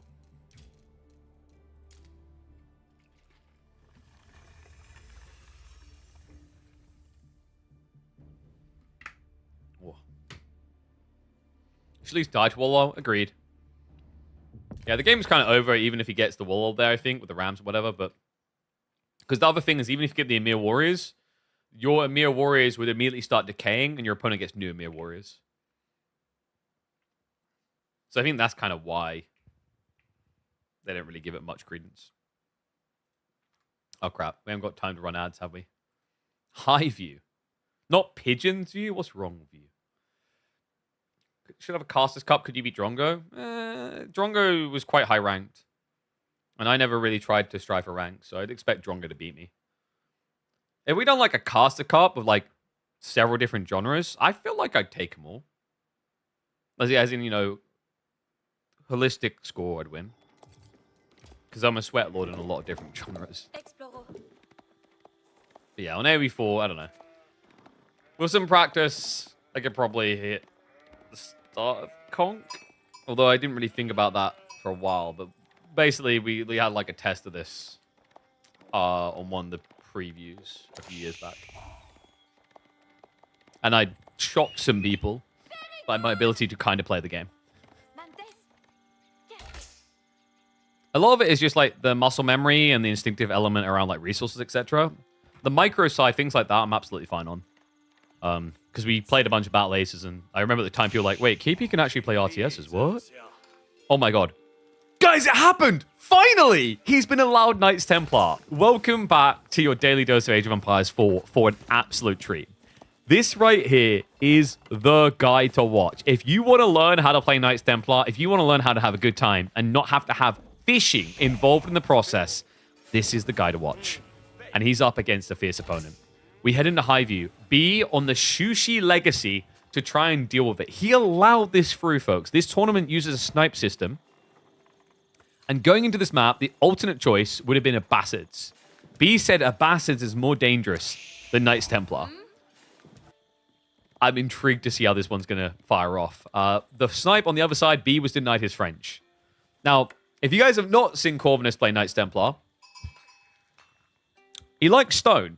So far, going on stone has won him games in this series, and it could do it again, because 2TC is the bread and butter for Corvinus. He's also a really big fan of going into the extra health and movement speed landmark choice for tier 2. So goes for Hospitaller. And I don't blame him. Hospitaller is really impressive. It makes it so hard for your opponent to get kills early on. Even a player against Corvinus yesterday could not get kills with French Knights. What's up, Jones? Appreciate the raid, buddy. I should do a collab on AoE2 cast where you introduce each other to their respective games by competing co-op. That could be interesting. Maybe like maybe I don't know if it would go if the AoE2 guys would go for that. There's definitely other genres and ideas I have with that though. It's what I talked about before, where like I wish we had the money for. I'd love to do a Creator Cup involving a bunch of different players from different strategy games. So, like, you know, we could bring Turin in from Total Warhammer. We could bring Bo Cohen in from Hearts of Iron. We get like Ludi in from Europa. Let's bring the Back to Warcraft guys in. Use them from Warcraft. Yeah, you can use like Grubby, but like the thing I'd be careful about something like Grubby because Grubby was at such a high level before in AV4. Maybe. Oh, sorry, you mean like Grubby does it for Warcraft 3? Yes. Just inviting these like Lyric used to love playing this game. Bring him into it. XQC has played this game. Bring him into it. It's something I proposed a very long time ago to Microsoft. Basically, like my proposition was a $10,000 prize pool, but it just didn't go anywhere. Isn't uploading AoE4 content on AoE2 channels kind of dangerous? Was that cliche? I think it's really how you frame it. You really need to think about the marketing style of it. You want it to be a collaboration, not a contest, if that makes sense. So it really comes down to the approach by the creators. But it can work. You just have to be kind of delicate in the approach. Take a more educational angle as well. But Hospitaller is on the way, guys. We are getting 2TC. He loves this build. On the other side, Meditation Garden, pretty far out by B. Was this worth it? This wasn't that good, right? I think he didn't have any good options at home. Yeah, well, he gets the 8 stack of berries, so that's going to be decent there. That's going to be 48 food. Then he gets 25 gold. The stone wasn't in range, though. So this is like a 100-ish resource Meditation Garden. It's not crazy. Second TC on the D is good, though. B. What if he just goes for a good old-fashioned Chuk New Rush? 4 TC, Chuk would make a lot of sense. Chuk Spears to try and break this. Chuk Horseman. If you can starve out the food quick enough, your opponent can't really do ponies himself. And remember, because he went for Knights Templar, the unique unit he unlocked is the Men-at-Arms healer, the Knights Hospitaller. So he actually doesn't have the buffed up cavalry, doesn't have like the discount French Knights or anything like that.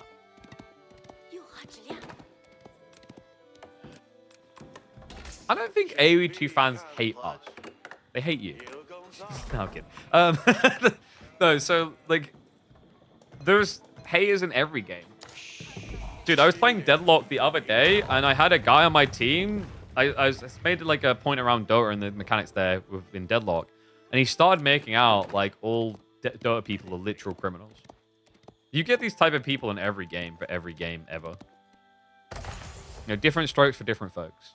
I think there's a lot of people in AoE2 that I've talked to that can appreciate certain things they like about AoE4, one of the big universal truths I've heard about AoE 4 is they just don't understand it. And I think there's also a lot of things done wrong to help that understanding. Props to Dim on this, on the cast. I heard him do it a few times. On Walllow, he done the right thing in highlighting the way certain mechanics work at a very basic level. Because these people didn't understand the game they're seeing it.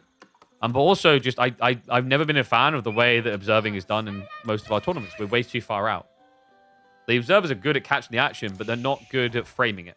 And that's not me flaming. It's more just a case of they've been told and we've agreed that you should be zoomed out like this. But if you guys ever watch my content here, we're always zoomed in like this. Because you get so much more of the picture. You can so much more clearly tell what's going on. So we have got spear spam coming in, and it is going to be a Pro Scouts play from B. Cal are going to be on the way home. He has got the wide deer he'll get access to, so 3 deer stacks for him, easy peasy. Still, I think this is going to be fast castle then.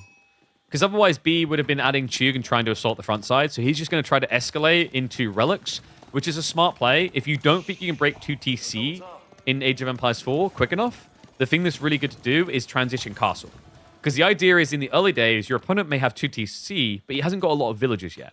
So if you rush the 3rd age, you can pick up relics to balance your economy against his, whilst also at the same time now being an age ahead of him. Did I say deadlock? Yarp. Guys, I don't know, man. I think deadlock, I probably came back at a bad time patch-wise. I think it's like... It's not as good as I remember. I think they need to dial some things back again and buff some other things. Dota 2's Observer Spectator tools are terrific. Yep. But like Dota 2 is a game where you do just keep the camera out like this at all times because the scope and the way it's captured comes through. But AoE 4, from the graphical style to the size of units, etc., you need more zoom in or you miss everything. Even the audio design. If you guys, you should test this, right? Look. Do you hear the change in gallop? The audio level isn't attached to a default anchor point. It's attached to the camera. So where the camera is where the audio is. So even the sound, the beautiful sound design in this game gets missed when you're zoomed all the way out. All right, Mount Lu Academy coming in. So this is going to be the Lance spam we talked about. Corvinus's goal is to get Angevin Empire. He just wants mass spearmen to defend with.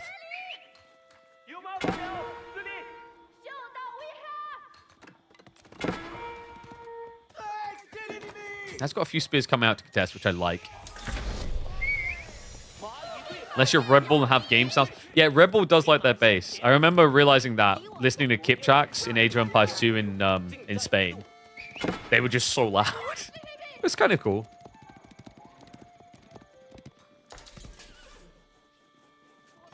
So who's better off at this strat is what I'm wondering. Well, B is going to have a lot of map control as the challenge here. Angevin spears, the goal for Corvinus with this game strat is to have enough food to bulk spear count up to 30, 35, 40 of them, and then charge across the map. That's usually what you're going for here. The challenge is to have enough food for that. He's got 9 sheep left over, the berries, and then he's got some deer still. It's not a bad position to be in. He might have to gamble on sneaking the boar at some point to get what he's looking for, though. Because the other challenge here is all the other deer sources are disappearing. You don't have that flex. It's being snatched away because B did go Pro Scouts. Relic's now also on the menu. I just really like B's approach to this. You can tell that he was kind of anticipating and predicting it, that he knew it was coming. I mean, he probably watched the game from Corvinus yesterday where he done exactly this.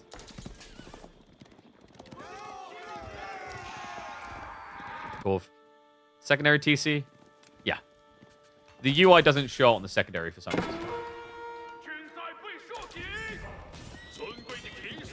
Spears. Oh, nice micro away there. B has got a monk, so he can try to heal off the fact.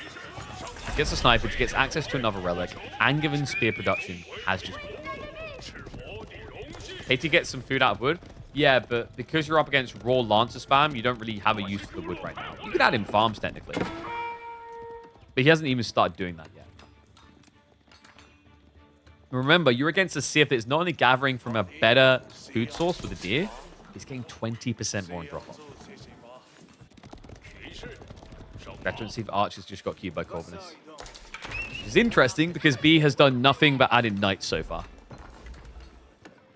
You know what would be kind of sick here is actually if B had tried to add in Palace Guard. It's a bit filthy, but there's actually a lot of sense in it. Because the Angevin Spears don't like having to deal with Palace Guard. It's just basically chunky units fighting chunky units. And Vet Archers aren't really going to hurt PG that much. So it's a weird solution, but a workable one. But now we're just going to keep Lancer production going. We do not have a Blacksmith yet. That should get added in soon, though, because remember, Shushi has got an attack speed buff. 20% increased attack speed. They can research for knights. And this is a lot of knights. So goal should be to break the TC soon. Both get countered by crossbows? True, but he hasn't even started crossbow production. So like, if you take a fight and still see no crossbows, it might be an interesting switch. This is an ugly fight for the Spears. This is how you can't fight with them. He was trying to block the Pro Scouts play, got caught, cut in two. All right, we do have crossbows. Right, now we can forget the Palace Guard. He already has archery. Yeah, but he was upgrading veterancy archers. This is my fault, right? Like, if you see your opponent's got like 20 archers, you're like, Now you could probably just, I mean, if you want to stay mobile, you can go Horseman, because Dali Horse is there. Or you just start adding in your own archers. Or Chigany, rather. A little bit of a blunting there. 4 villager kills already. Gotta go for his own crossbows. Does he have the economy for crossbow plus Lancer? I guess so, now that he's got the 3rd deer stack. He also still has the ball. There you go, he's going for it now. Okay, so this is workable. I wonder if he'll try to creep the other boar too. I love this, by the way. He's hamstringing Corvinus's options. Can't go on the berries, can't go on the boar. Another cool thought here, actually. If this does start to bulk up somehow for Corvinus, Nestor Bees for Mr. B, not the worst idea in the world. Because heavy spears are bulky, but not fast either. He heard me is now making crossbows too. I mean, the Chug, I think like Chug is situationally good if you know your opponent's going to go for a lot of crossbow archers. But you need the reason, right? And technically the cool thing is because of the way B's playing this game, he does get the reason. Right? He's the attacker, so he sees everything. Whereas Corvinus is quite blind. And it is about to be 5 relics. 2 more on the way home. Another interesting thing to think about here, you're not going to be able to get your pilgrims through at this rate. Unless you start contesting out on the map.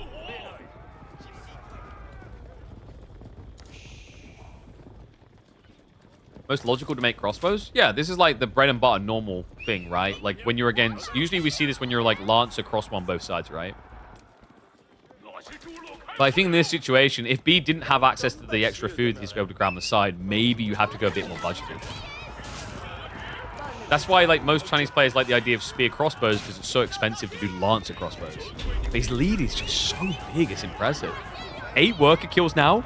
Dive comes in, he caught the army out of the base!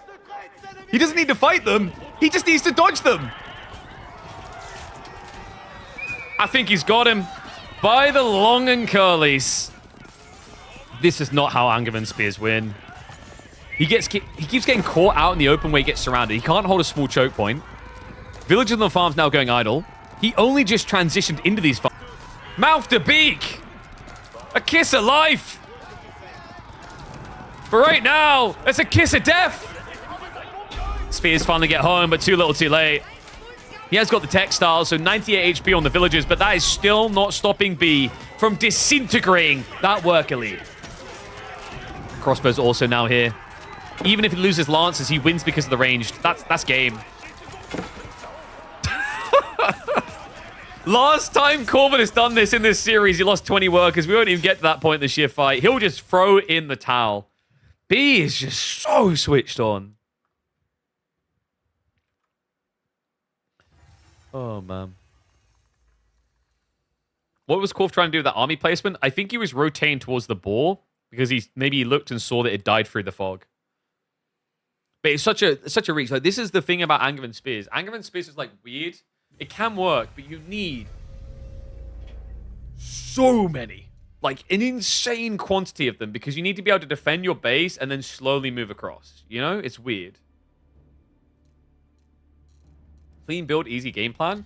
Sure, but I think like the idea of 2TC, Knights Templar, Angevin is like a little bit different, right? Like we've already seen some players get tripped up by it in this tournament. What's that tiny black roll on top of the red keyboard? Oh, that's a volume thing. So it puts my audio, my game volume up and down. I try to never use that because it always throws me off. Yeah, I don't know. Like I think I was just trying to get a bit too wacky because I know what these two are like. Like, there is maybe a world in which Chu could make sense there, but you would have needed to have seen a lot of archers or crossbows first. If you're just seeing Angevin spears, yeah, definitely crossbows. But what I meant by that is, like, we've had games, like, for example, my favorite one for highlighting this, like, China versus Shushi, is when one player's lancering and the other one's like, okay, I'll go spear crossbow because I can get my bulk up much faster. But it's all about timings, right? It's like if you go spear crossbow is a lot slower. There, I think he just built such a raw lead off of lances and map control that he can justify crossbows and not feel like he's going to be dirt poor. All right, so next game,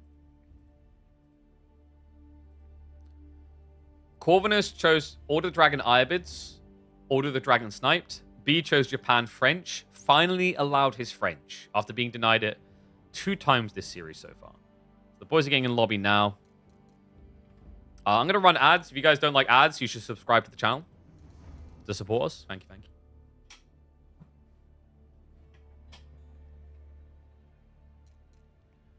you. Wait, where's my ad button? Let's run 1.5 minutes of ads. Yeah.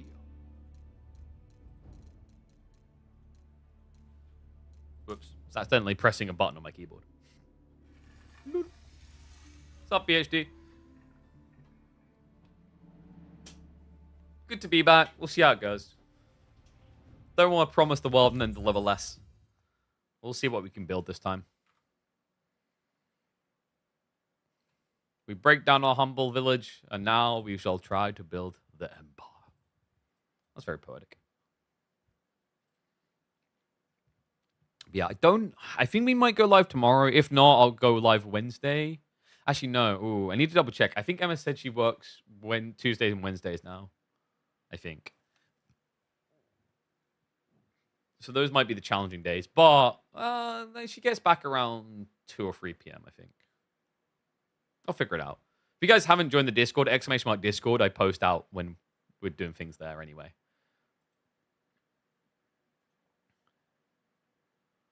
Let me just...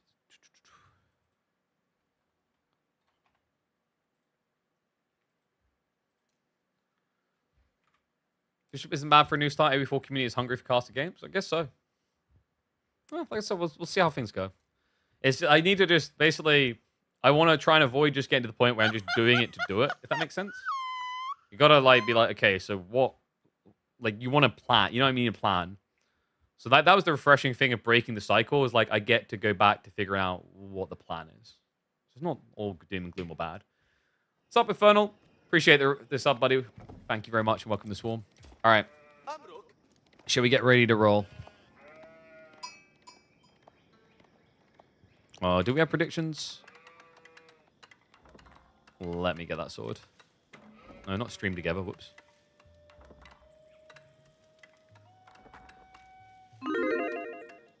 Yeah, I am still weighing up whether I do a clear in the air video just to basically put everything to bed. I don't know. Part of me just wants to get on with it, but I think on it. All right. He finally gets it. After being denied French time and time again, B is into Prairie with one of the historically most dominant civs on this map. And not just that, 2 scout starts are back. This is the map. If you guys have forgotten it, Prairie, a very big map. Looks bigger than other standard maps, even though it's apparently the same size. Barely any wood, a lot of sheep, and thus it always encourages this. 2 scout gameplay out of both B and Corvinus. Corvinus, of course, being in the Ayyubids, as if they normally doesn't do 2 scouts. But he just done it for good reason. In the other semi-finals, we watched a player as Ayyubids not go 2 scouts and just lose because of the sheep game. A sheep game that's already stacking up pretty fast. Yeah, look at that. 15 to 17, and there's still more sheep on the map. Tired of seeing French in ranked on Prairie? Yeah, it's just this very safe pick. I mean, you have to collate all the details there. It's not just the, oh man, French are really good on this map. It's the, if you were to pull the most played civs in Age of Empires 4, French is most definitely going to be up there. Basically, any original civ is going to be up there. Because a lot of people are creatures of habits. You know, these new civs released, and this is the thing I've said about, like, adding game modes, campaigns is actually better than just adding civs and stopping there. Because all these new civs come in, and the majority of players will maybe play them, like, once or twice, and then just go back to what they know. That's just the nature of these games. Like, RTSs are so complicated that people tend to find what they like and stick to it. Another complicated game, Deadlock, we were just talking about earlier. I've started playing that again, and I used to rock it as Kelvin. I was, like, one of the most dominant freaking Kelvins. Hell yeah. I could carry games. So I've gone back, and can you guess what I've started playing to reacclimate? Kelvin. Next step is then to be like, okay, now that I'm familiar with the mechanics, play other things. But a lot of people will just stick to one thing. Kelvin's supposedly OP. He's not. I used to play Kelvin a lot compared to what he used to be. He's not. And Sheep Hall, in the end, is 20 to 22. So, good choice by Corvinus. Just make sure that B doesn't get a dominant lead, because basically you can win this game off of sheep rotations. With a Civ that has heavy cav, that could just win you the game. Logistics Wing is going to be coming in, so we will have healing. Beam Kelvin? What do you mean, attacking beam? I don't do healing beam. That's lame. I need to alter my build, actually. I used to always just rush the beam on lane and destroy people.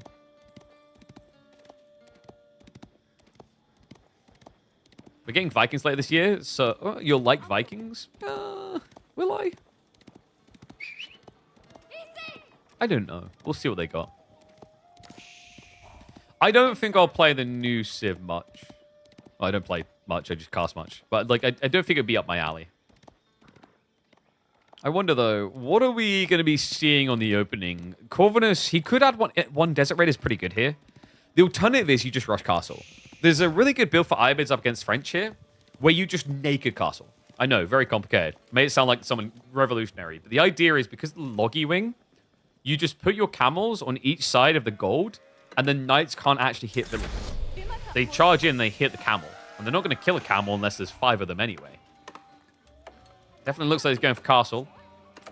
He's just going to be a bit more defensive about it. Double outpost coming through for Corvinus. Night spam begins for B. Not really a map you'd be thinking about Pro Scouts much on, by the way. Remember, ever since they nerfed Pro Scouts and changed it, like this did, they just feel so far away for so little. How many sheep we're sitting on right now? Looks like B, he's still got 19 sheep. Corvinus at 21. That's pretty tight between them, considering the amount of berries that we're eating already. IU FC is kind of lame. Yeah, but like, what do you do otherwise? Oh, you mean it's too easy? Yeah, yeah. Like, it's very hard to stop the Dervish play. There are ways. Usually it involves some sort of outpost rush component, or you're just a Civ that bulks archers really well. French don't really do that. And the other problem is, I think on this map, Ayyubids are always going to seek a fast castle, because if the solution to them, the game strat that beats them, involves a lot of archering, you can't archer brigade on this map. You have one very small tree line in your base, and that's it. So remember, that's another reason why Night Civs are dominant on this map in particular. It's not just the exposure, the extra sheep, it's the fact that there's no wood to do other things. What is he trying to do? Like, there's no way. There's no way that one knight loses the ball. That was pretty sick, though. So what he did do is he basically pulled the scout out of range, so the aggro had to go on the knight. It looks silly, but actually it was good, because it meant this knight took a lot more damage than he was meant to. Looks like he's just trading out the scout. I think you're happy with this. Just keeping B locked in here. So he's not trying to raid you or idle you at all. But you can see what's happening. Both players will be going castle. The circle jerk is real. You know what you need in that moment when they're healing? You just need love music playing. When a camel loves a camel. Yeah, just when a camel... I'm going to stop. But this is why most people just don't try to all-in Ayyubids when they do this. I'm shocked it took...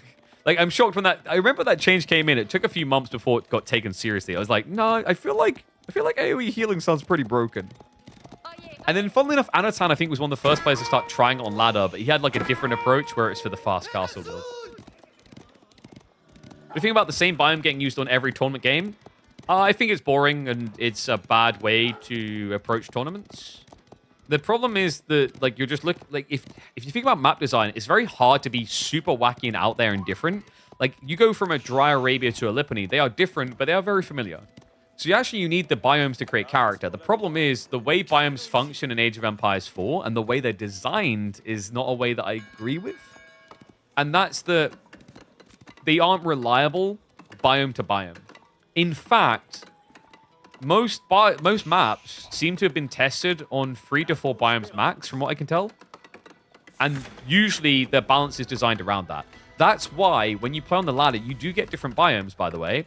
But if you have a look and take note, you might notice you only get 1 of 3 biome choices per map. At random. But, for example, Prairie will come out in 3 different biomes only. Gorge will come out in 3 different biomes only. Because those are the only ones that have been tested thoroughly. So, Eco-Wing Industry coming in. Actually really nice on this map because of the lack of wood. Remember, we said you always start out that fast, so having that extra reserve goes a long way. And remember, the goal here is you usually put that to work, just dropping multiple stables to play catch-up against, you know, presumably what you'd expect to be 4, 5, 6 knights by that point. Guildhall already complete. B beats him to the punchline. I assume we'll get more knights. He has got Monastery coming as well, but having knights to try and block out the Dervish, not a bad idea. New content idea, create YouTube shorts outlining what game updates mean for casual solo team players. Explain what cheese certain civs currently do in mid-team rank. Casual players need. It's an interesting idea. The challenge, I guess, becomes collating that data based on low and mid-rank games. So we'd have to spend more time away from high-rank games. Could be interesting, though. So B is pulling for additional relics. We've already got the first monk out, second one coming.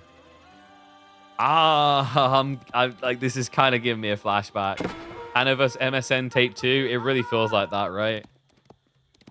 We have got Desert Raiders now getting added in. I wondered if that was going to be happening. Desert Raiders pretty good here because the counter to Desert Raiders is range units. And what did we say you can't really afford? Wood. Can, however, go Arbitrary. The Arbitrary ticks the boxes against pretty much everything Ayyubids want to do. Once again, though, challenge is your opponent has cavalry and you have infantry.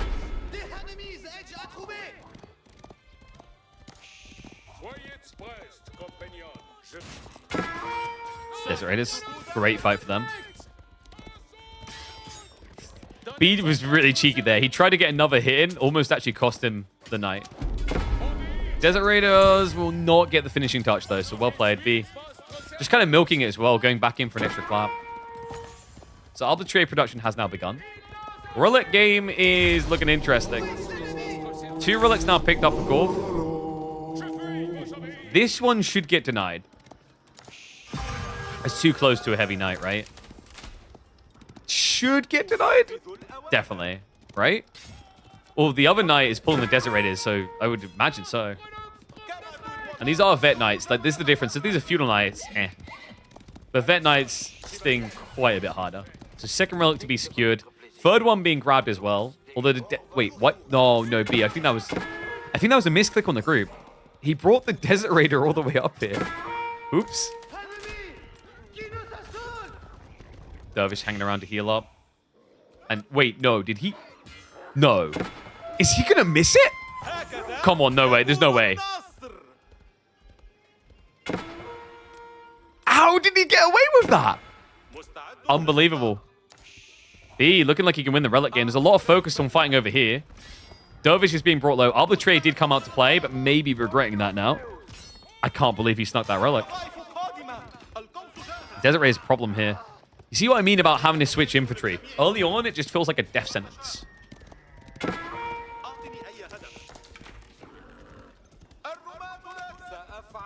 Arb's just going to give a little bit of a tickling, but like he's not getting any kills, and that's concerning because dervishes will come in for the heals. Right? Almost. Does get the snipe. B, he's winning the micro right now, guys. Dervishes be kept away. He's going for the kill. He might get the connect. Gets in his own way at the end. Relic has now been picked up. Could go for a wall lol, but it won't change anything. He's going to die there. But he will at least kill a Desert Raider. That's a positive exchange for B. Does scare the Desert Raider away. I mean, he's won the Relic game. And remember, he's French, so he's getting more workers over time as well. Dervish also goes down.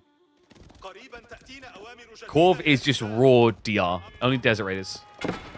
I think the goal for B at this rate is just to build Arbitrary and wait for the guild hall to go for an Imperial play. He's actually moving out towards the stone. Maybe just feels like he needs a normal castle instead. Right, he's going to be able to start poking this away. Does end up losing one of them. Desert Raider count is up to 13. This is scary. He only has 6 Arbitrary. And isn't using the Pavis drop either. He's trickling. Choke point hold is the way to play this for B. Villagers starting to be targeted. Textiles play is a good one from B. Buys extra time here. He's still not killed any of them. There we go.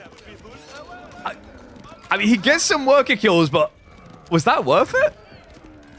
Loses 2, 3 through the Desert Raiders, rather. He did kill Arbs alongside it, though. I don't like this chase. B, that was expensive. Goes back in, -2 knights. Maybe just getting a little bit ahead of himself. Counter saddle's now coming through, which is smart. That gives him bonus damage on the charge. Instead of +3, he'll be +10, which completely offsets the minus damage from the camels. B, now with this many Arbitrary, can start to think about that ball. Yeah, we're at the point where the Desert Raider had to be really careful. Because once you reach 12 Arbitrary, you have enough to instant kill a Desert Raider, right? Actually, 13 Arbitrary. He's got 12 damage per. Goes in again. Oh, wait, the pathing? What was that? Ends up stuck on the Arbitraries again. Pavis drop is finally going to be there, and that's going to force him away. That's why B wasn't doing it too early. He was waiting for the moment where Corvinus gets overinvested, because once the Pavises are dropped, they're on cooldown. And the moment you move, they go away.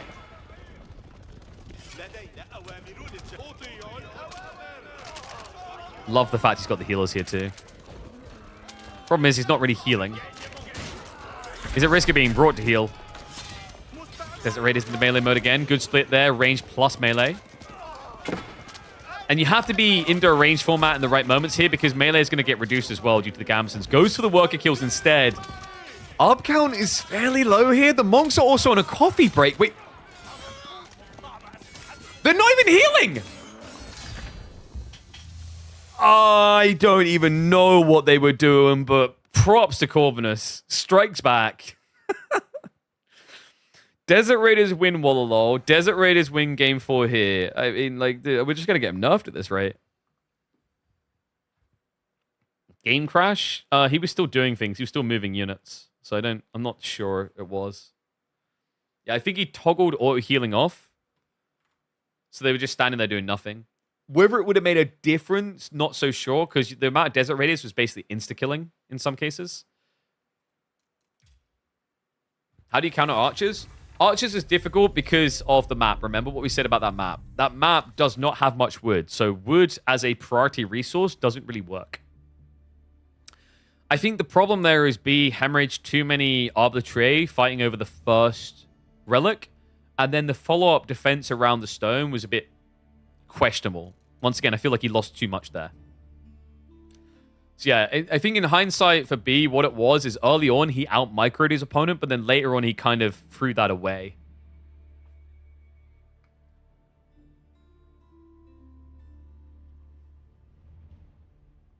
Although the game was such a sad way to end an otherwise good series.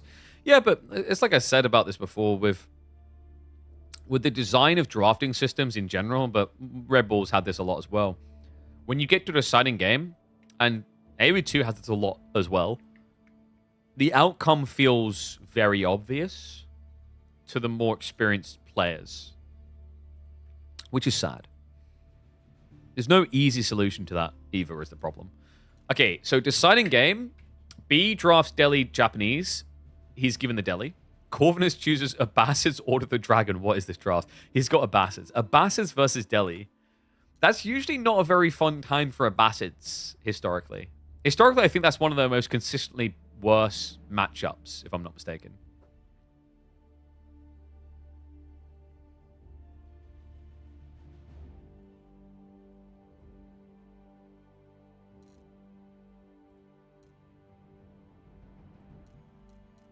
There we go. It's 50-50. You think historically Abbasid Delhi's 50-50? Or you mean now? Now I could see that, but I think historically it's been heavily Delhi favored. Like I could see where you're coming from in the current meta, but if you pull it out over the years, Delhi have been the big bullies.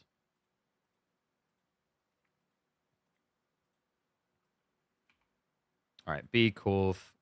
Predictions online. Gonna run ads now as well. There you go. Historically, people go 2TC. Yeah, but like historically, and that's usually bad against Delhi, right?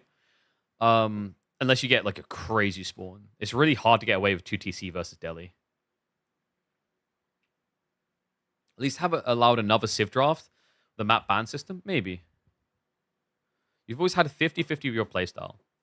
Okay. I'd be interested to collate the data amongst all top 100 players, though. Like, from my eyeballs and what I've seen from a lot of other players, Delhi has had the edge most of the time. Definitely in the last 3 years. Like I said, there's been moments of reprieve for Abbasids. Because, like, even the Camel Archer strat times wouldn't be that good against Delhi, right? Back when they were pre-nerf. And then ultra early days, you could argue it, because Delhi, in the ultra early days, was trash on land. Until people discovered herbal medicine. And what a weird map. And what a weird map to decide this on. Welcome back to your Delhi Dose of Age of Empires 4. Folks, we've got the Abbasids versus the Delhi on Cliffside to decide who will make it through to the grand finals. B with the Delhi in the green. And Corvinus, the wackiness this man presents and brings, he's going to try to do it again, this time as the Abbasids. Welcome back, folks. Going to be a fun one. Shout out to Carlos for organizing this tournament. This is the Conquerors only cup. We've already got Anatan waiting in the grand finals for an opponent. We've already got MSN in the lower bracket in the third place match waiting for an opponent. And it'll all be decided by this. Abbasids. A civ that, you know, I've seen them a lot in the past up against Delhi. And Delhi usually have this tempo to them that's a struggle for Abbasids to mirror. 2TC strats usually require an elegant spawn. And looking at this... Back gold, side wood. I don't know. This isn't that good of a spawn for Corvinus, right?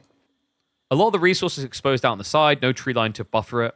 Meanwhile, for B, what have we got here? We've got back berries, so no easy threat of raid. The berries behind is kind of nuts. Like, you can just set up 1 or 2 outposts and cover the whole area. The deer close by, yay. I mean, if Corvinus was playing a civ that could eat pig, this is a really good spawn, right? Like, his other selection, I think, was it Order the Dragon, we said? If he got Order the Dragon here with a 2TC strat, that would have been pretty slick. Let's see what he can cook with. How are the predictions looking? So Corvinus with 57% of the votes. People are inspired. I think Corvinus, it's kind of weird, actually. I feel like he's been the forward actor in trying to bring back 2TC strats. We see it a lot with Knights Templar. I'd expect to maybe see it with Abbasids. Don't know if you can go Eco Wing, though, right? Like, if you're going to go for a probably military wing, and then you build second TC with a bunch of infantry around, the only danger there is timing, because Delhi can very swiftly get the first Ghazi out. The question then becomes, will you be too late on placing your town center? So I think it comes down to what Corvinus wants. If he wants a tight 2-town center, you can go military wing. If he wants a wider 2-town center, then you're going to want to go for Eco Wing to make it cheaper. There is an organic flow to it, by the way. Like, you move out to the stone, then move over. But there you go. Millie Wing it is. Aber is very good into Delhi. Is it really at the moment? I don't know. I haven't seen too much of it in tournament play. I think we were talking about this a little bit earlier, actually. I think Abbasids is really popular as a block pick against Macedonians right now. If you can narrow the draft down to that, it just feels like almost an auto win. Delhi, of course, going to be getting Dome of Faith. No return to Tower of Victory anytime too soon. We saved that for the 2 flags. Nice thing about going military wing, you already have an answer to Ghazi in a secondary composition. There are certain civs where this melee wing opening is so dominant because you just go horseman afterwards and you've got all 3 unit types. Against Delhi, less effective because Delhi just going to build Ghazi anyway. There used to be a time where like Delhi players would panic a little and they would end up building into spears or archers rather. Archers usually because like you count a spear and archer. So they'd be going infantry instead. And then I don't know which player started doing it first, but Delhi players started going, hold on a sec, why am I building archers? I can just kill those 2 spearmen and win with Ghazi and then heal the injured ones. So then all of a sudden it just looked like the most one-dimensional strat possible.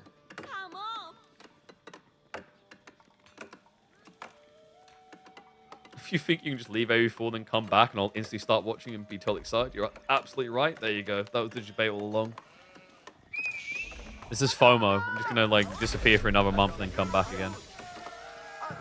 It's like when your favorite Twitch streamer gets banned and they come back and they break their records. Kappa. I'm doing good. A few days at AoE4 in a row. I have to break up the flow. Don't know. We haven't got any tournaments tomorrow. So I'll have to see what we feel like doing there. Here you go. On approach. Spear plus the archers come in. B. A little bit slow on the pull away, but quick enough that he's not going to get trapped. And we should be getting a stables drop momentarily. 1 TC from Korf. Yep. Feels like he has to earn it. That is sneaky. Look at the placement. He is going to go for the stables, but he's also going to hide our racks behind the tree line. Yeah, because you've shown your military wing. And B, he goes for the archers. Okay, there's like a lot of mind games going on here, right? Because B's sitting here going, what's your goal, military wing? Because I've seen this from many players, and I'll just build Ghazi and beat the 2 spearmen. Oh, you must be building more spearmen. But the crafty part is that Corvinus slips in the stables, which against a lot of civs, we said is an organic piece of the strat, because it completes the triangle. But against Delhi, it's kind of like when you watch Ottomans, like, would you really want to build horsemen against Ottomans? The horsemen are better. It does have that element to it. Really cool coming out of Corvinus here.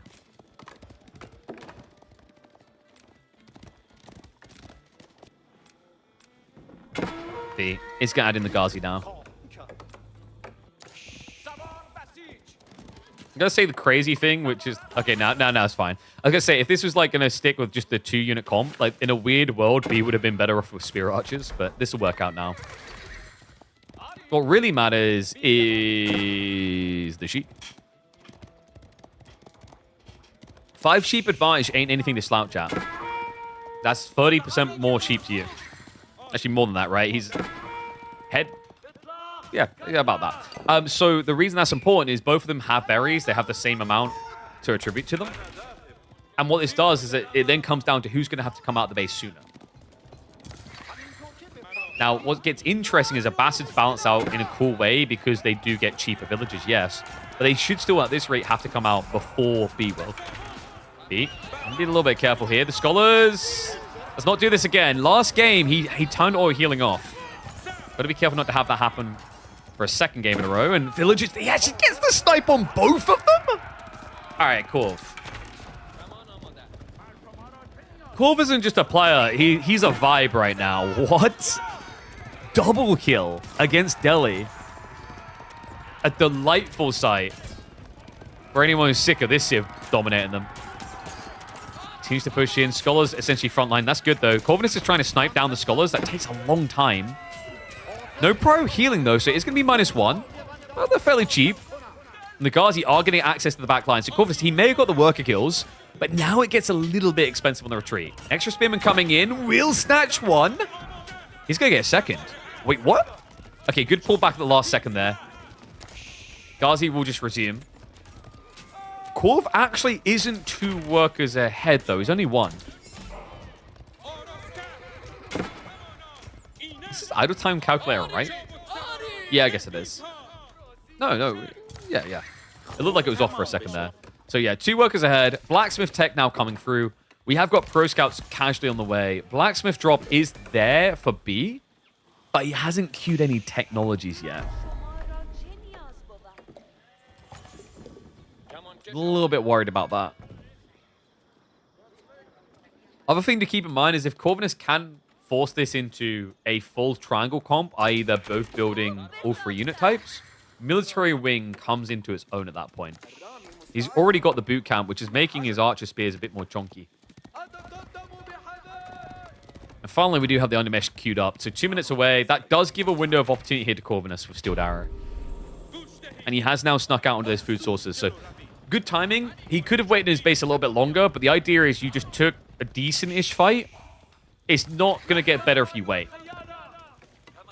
And you see the gap in the way B's exploiting it now. He already just secured the central sacred site.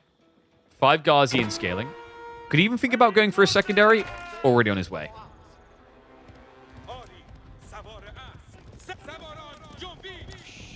Only way Abba loses if Abba froze, which he did. I don't know. I think Corvinus had an idea, and it seemed like it was worth it for the villager kills. But as we see, those Ghazi actually did snatch one on the berries already. And he just ringer rosies him. I think this is the tricky thing. Like, if you had to highlight a difference in this series, because it's gone the distance, right? So props to Corvinus for that. But it does feel like, except for that game 4, the difference maker has often been the micro, right? And this was a jolt to his system, because when I say that Corvinus out micro B in game 4, like, initially B won the micro, but then the follow-up, the arbitrary, you can say he was forced into a bad position, but either way, Corvinus won the micro battle. But now he's kind of struggling a little bit, right? Like, that dive in that he got worker kills on cost him a lot. The Ghazi just get a freebie, not really anything cost. The other scary thing you have to remember here is that, yes, the Abbasids have got a Golden Age, which gives extra gathering, but B is getting all these technologies for free.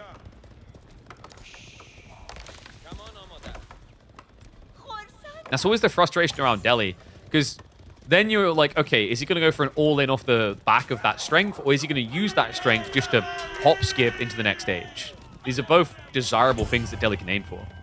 So it puts Corvinus in a position where he has to just keep adding military because of the paranoia.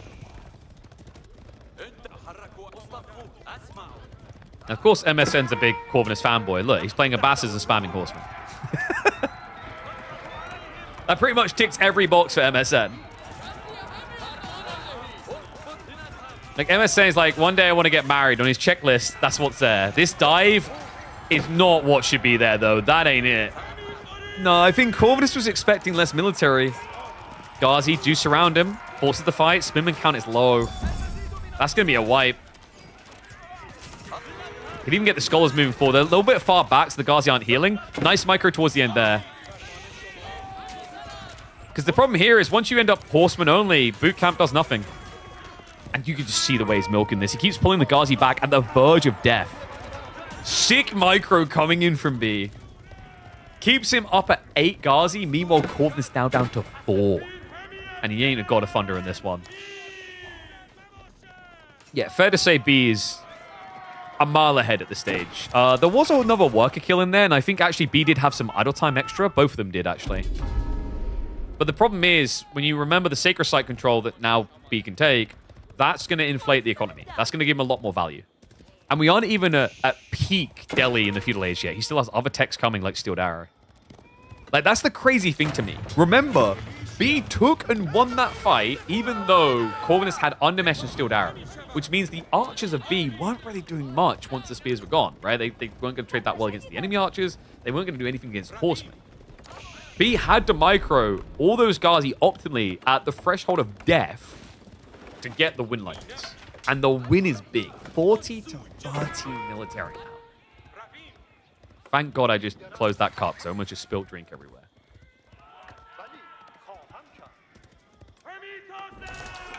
Archers. Oh no, there's that. Oh, that's the entire Eco League gone, guys. Oh my God, he's even hanging around for extras, the greedy boy. Yeah, but he peels off the dead guys to go for a kill. Oh, he doesn't get it though. 2 HP. Don't worry, he's not done. He'll dab his mouth with a napkin and just come back for more. Horseman low, Corvinus. We better push him away once. Remember, there's still no Steeled Arrows, so he's not really got that coup de grace coming in from his archers. now with those horsemen dead, this is where things start to unravel a bit. He has still got food on the side, so not gone just yet. But how do you now rebuke this? How do you get the military together to hold? Because in about 20 seconds, the one advantage you clearly had is gone. We haven't really talked about these walls this whole time, by the way. Best we don't. Not even a V for victory. He's genuinely just created a compound. This is what, like, this. Have you guys seen that clip of the kid who got electrocuted? This is what growing up in Brazil was like, right? Just like the full compound for your own safety.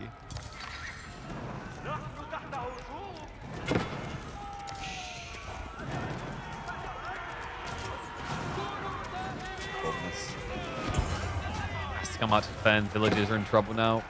Ghazi are going to eat that. No textiles either, so easy for them. You can even cycle further north now. It's the problem is when you trickle like this, scholars snowball or win so fast because you can't do any damage. 2 or 3 scholars outdoes you and you don't get any insta kills. Triple sacred site now locked in. He's lucky he's still in the deer. Did we have a single game go beyond 20 minutes? I don't think we did. I think every single game of this series has been pre-20.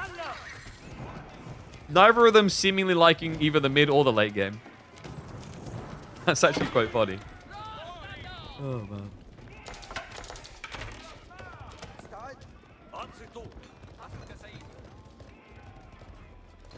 How come this tournament went so under the radar? I've fed that back to Carlos, who organized this. So, like, with this one, the grand finals will raid him through to his channel. I'll join him there. Whereas future ones, we'll just cast it on here ourselves as well. But I said to him, like, he needs to work on marketing. One of the big problems is when people do these tournaments and whatever, they just don't market it. So no one has a clue what's going on. Like, there's not... I wouldn't say we have any expert marketer in AoE4 at all. It's a hard skill to master. He's a hard player to be in the end. Yeah, he's looking for those workers. Even without it, the sacred site control, the eco lead it gives, it feels impossible. And turns out the backyard is not safe for the kids to play in. Good God. That's enough. GG. And he is gone. That is going to be a 3-2 victory for B, guaranteeing you a B Anatan Grand Final showdown coming up later. Before that, we'll get to see Corvinus facing off against MSN in the 3rd place match. There you go. MSN gets to meet his hero.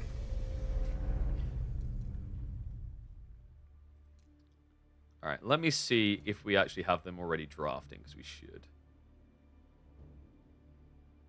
Or not. They're not that fast. 100% on the predictions today. Nice. All right, there you go. Choose outcome B with the win. All right, so next up we have got MSN versus Corvinus, and then after that we've got B versus Anatan. So plenty of fun still to come. Should be a good one. MSN versus Corv would be intriguing, actually. I think Corv on paper favored there, but MSN can pull out some surprises. Definitely had a rough awakening against Anatan, that's for sure.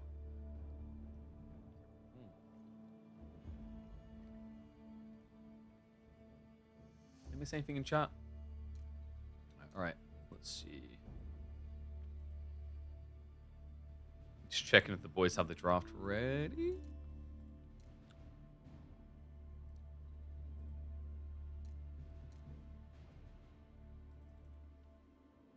Not up yet. Well, I'll do it this way. Then we can see when it's coming. All right, so we're just waiting for them to cook up the draft. It's a Chad, you don't need viewers. I think his goal is to be more like a tournament organizer, but, you know, we'll see how it goes for him. Rumor has it Carlo is a prince? Maybe. I mean, he ponied up. I think this tournament's $600, which is pretty good. For someone who hasn't got, like, you know, big audience numbers and, you know, funding, etc. It's not bad. I think, was it 8 players or 16 in total that he had playing in this as well? 1 second. I'm just going to check with him.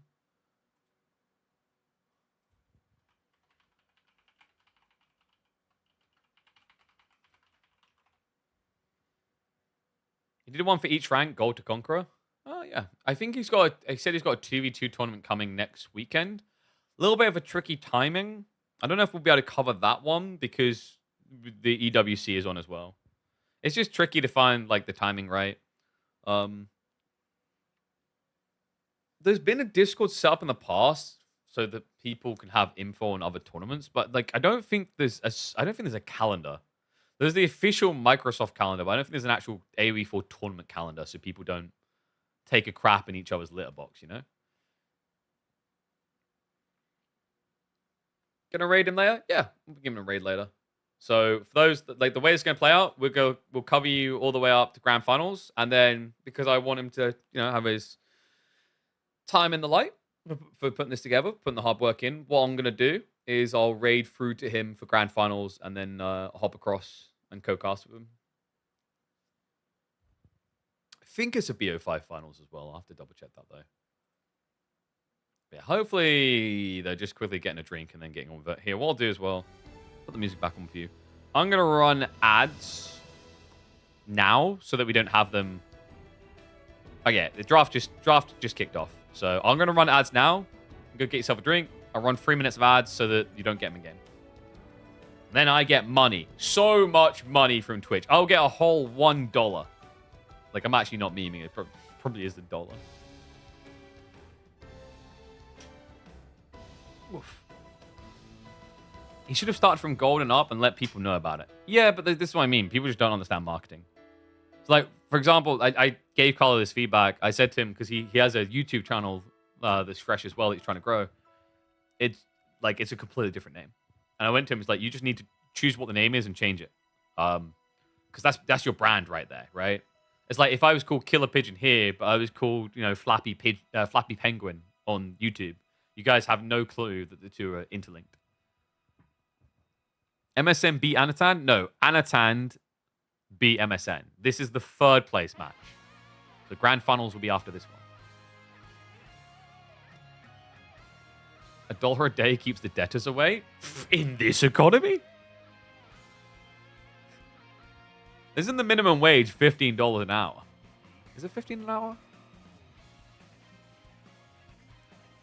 Man, it's weird to think how money inflates. Like, if you think back to even your childhood and what you could buy for a pound versus now. Like paying 75p and getting yourself a big chocolate bar, and now you have to pay like £2.50. Minimum wage is useless if you can't get a job. Yeah, but you can rob people. GTA has taught me anything is this skill set. Like how we got from minimum wage to robbing people. It's kind of odd. Alright, so boys should be starting momentarily. Back switch. I need to open the door. It's actually so hot.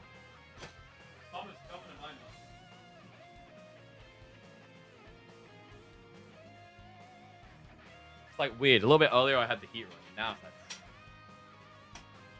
blame the political fat cats in Parliament. Yeah, but you got to blame them all around the world. All right, let's get into like socioeconomics and money mode. Basically, we're kind of overdue for a recession. Basically, we kind of keep having mini recessions, but no one wants to just let it happen to reset the economy. And also, we're not allowed to call it a recession. Because remember, 2008 was the boogeyman. So that's weird. Like, so basically, I'm not going to like die. This isn't about politics. It's just about like average earnings. So I don't mind talking about it. We're not going into like whose party is right. But the way that like most economies function is that like you're meant to go like this. This is health. This is absolutely healthy. Doesn't seem healthy, but it is healthy. Like if your neutral line is here, right? On the chart in the weird way, but you get the idea. It is actually healthy to do this. The problem is, because like when we were all younger, a big recession happened, and it was really bad. There is this resistance where technically we're pulling down. Everyone keeps acting like doing things to try and re-stimulate, But what you're getting is these mini bumps into a progressive decline, but you also don't see it because technically your earnings are the same or better, but your real life earnings are down. All right, there you go. Without getting too deep, that's the nitty-gritty. This Ray Dalio stream. I mean, it's just like, it's something you don't clock, right? Like, if you think back to you as a kid, hearing that you're going to get $15 an hour sounds like a lot. And then you realize, like, over half of that's going to go into your rent alone. Like, the free boobs economy as well. The free boobs economy is a good economy. Hey, yeah. You got something to show me? What you got? A beautiful Ezra.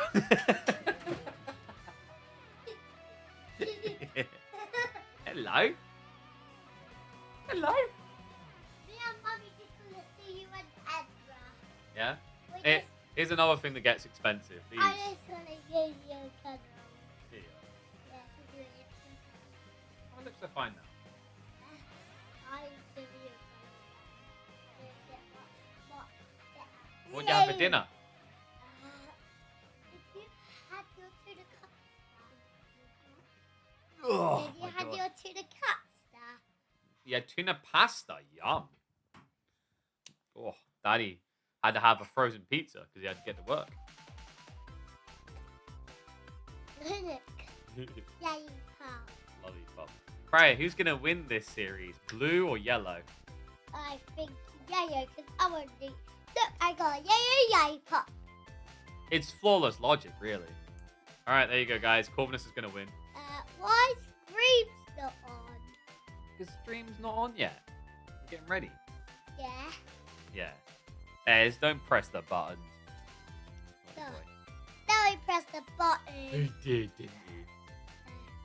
Whoa, we got... Wait, Macedonian first pick? What? It's not on yet. Don't say it. The word. Oh, yeah. Okay.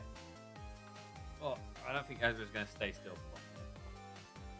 What's your favorite Civ, Freya? You don't know. Scream, okay. Oh, Ezra's not happy. I think we're going to have to go. Yeah, you're going to have to as well, darling. Daddy's got to work. You say bye-bye to stream? Oh, she's walked off and said bye-bye. There you go. You guys kind of got a bye-bye. Love you. Yeah, Ezra's reached the point. Like, used to be like a year ago, he could just chill on your lap for half an hour. Don't work anymore. And I've got a lot of electronics in here, so unfortunately, we will have to shoo them away. Damn it. You guys didn't tell me you had Sonic playing, actually. What? That's a tune. All right, what we got next?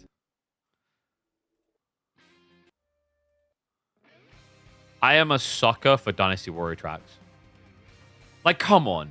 How can you not love these songs? This is peak. Freya, you gotta go play. Don't sneak back in when Mummy's gone. No, she doesn't say you go with me. No, I did. Yeah, now you go back to her. Give me a kiss and go.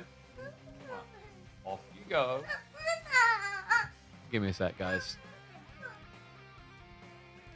She ain't staying here with a bloody lollipop.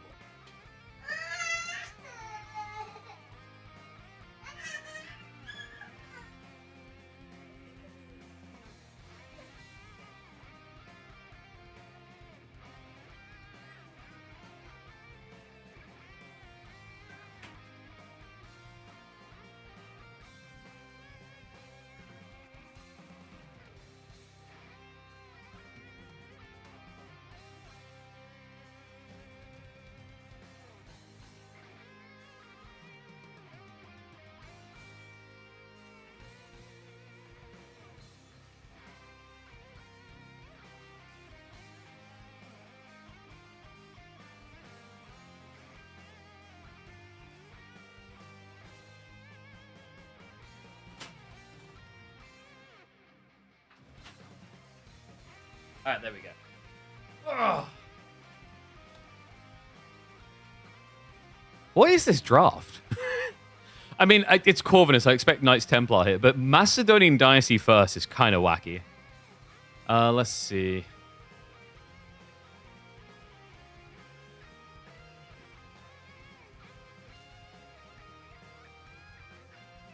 Order of the Dragon Marlian versus Chinese. Okay, yeah, this is, dude, this is. All I'm gonna say about this is Corvinus versus MS. They don't draft like you're maybe used to seeing, but that's why we love it.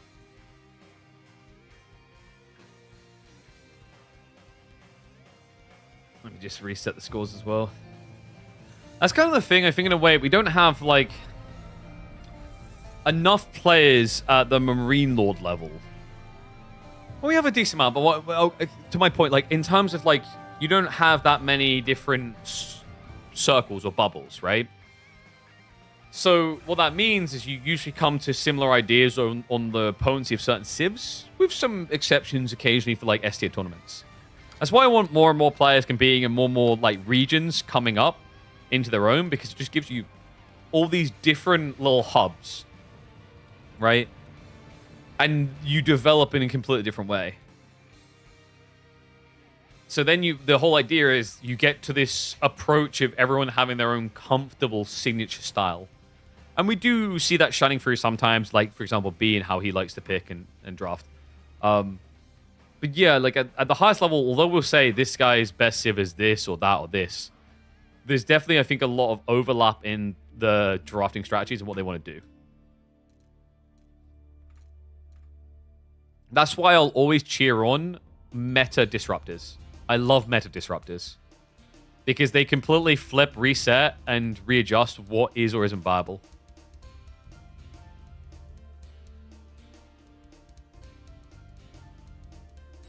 3D Clan always have weird strats, especially when Anna was there? Yes. That's what I mean. Like, that's cool, but, like, I just want to get more and more of these kind of little brain hubs that come together. So I need to get Mr. and Recon back in there, you know? Alright, so boys should be getting lobbied now. Is this going to be Dry Arabia G1, maybe?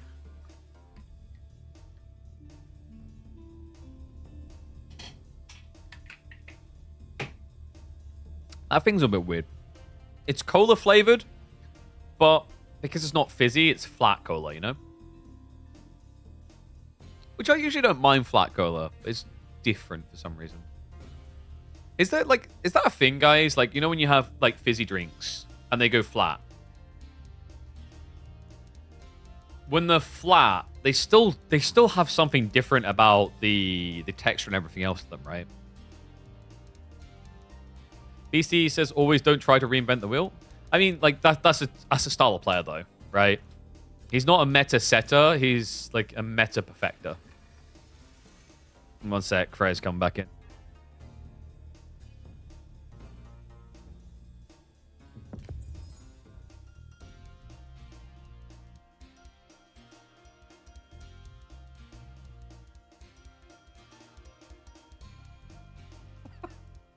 She is not happy.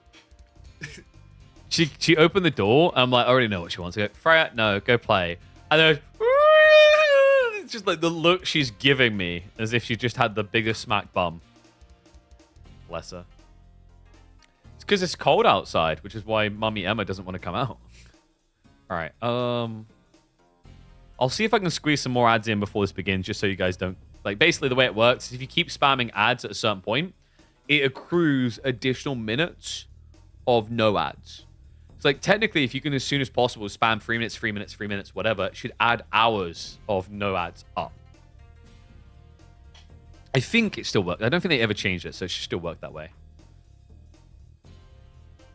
By the way, any Spyro fans in the building? I'm the man? Nah, Spyro's the man. I need to go finish Spyro 3, actually. We might do Spyro 2 with voice commands. I know that's going to make me cry, actually. Shame they never made a Spyro game after the third one. Yeah, I mean, dude, you would have thought they would have tried to adapt it for, like, PlayStation 2, the most popular console ever to be sold, but they just didn't. They just stopped at Year of the Dragon. Never done it again. They also had some really cool anti-cheat mechanisms. You guys know that? What, Frey?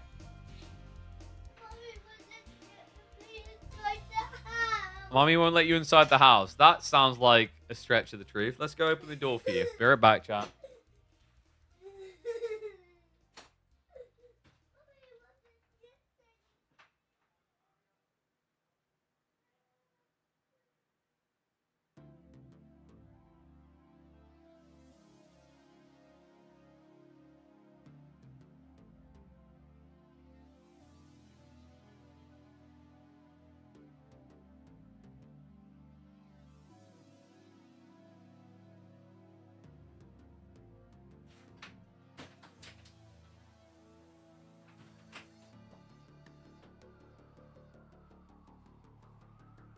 Yeah, mommy won't let me in is a lot more dramatic rather than I can't open the door.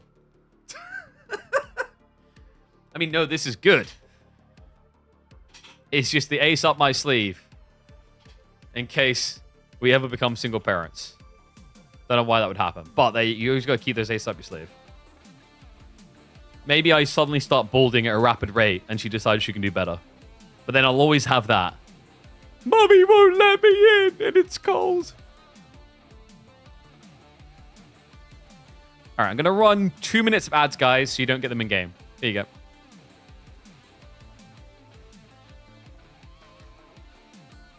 This is a good song.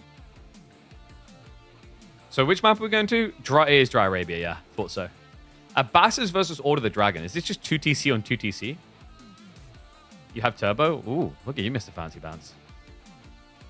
If my turbo, it is très bien. Oof.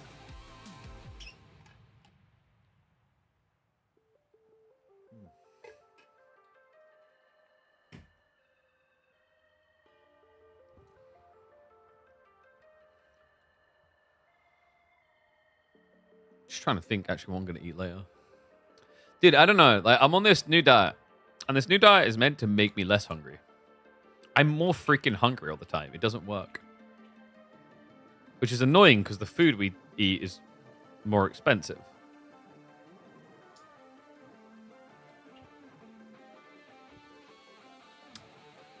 I also still need to phone my doctor. I still don't understand how I got results 4 weeks ago and my doctor still doesn't have it. But at least the healthcare is free, so you know. Mixed bag. I'm trying to figure out which way this doesn't just end up 2TC. Because like Abbasis can't really dent 2TC because of mostly repairs. And so far, Corvinus has been very fixated on 2-town center strats. Not every single game, but like any civ where it remotely would make sense, he goes for it.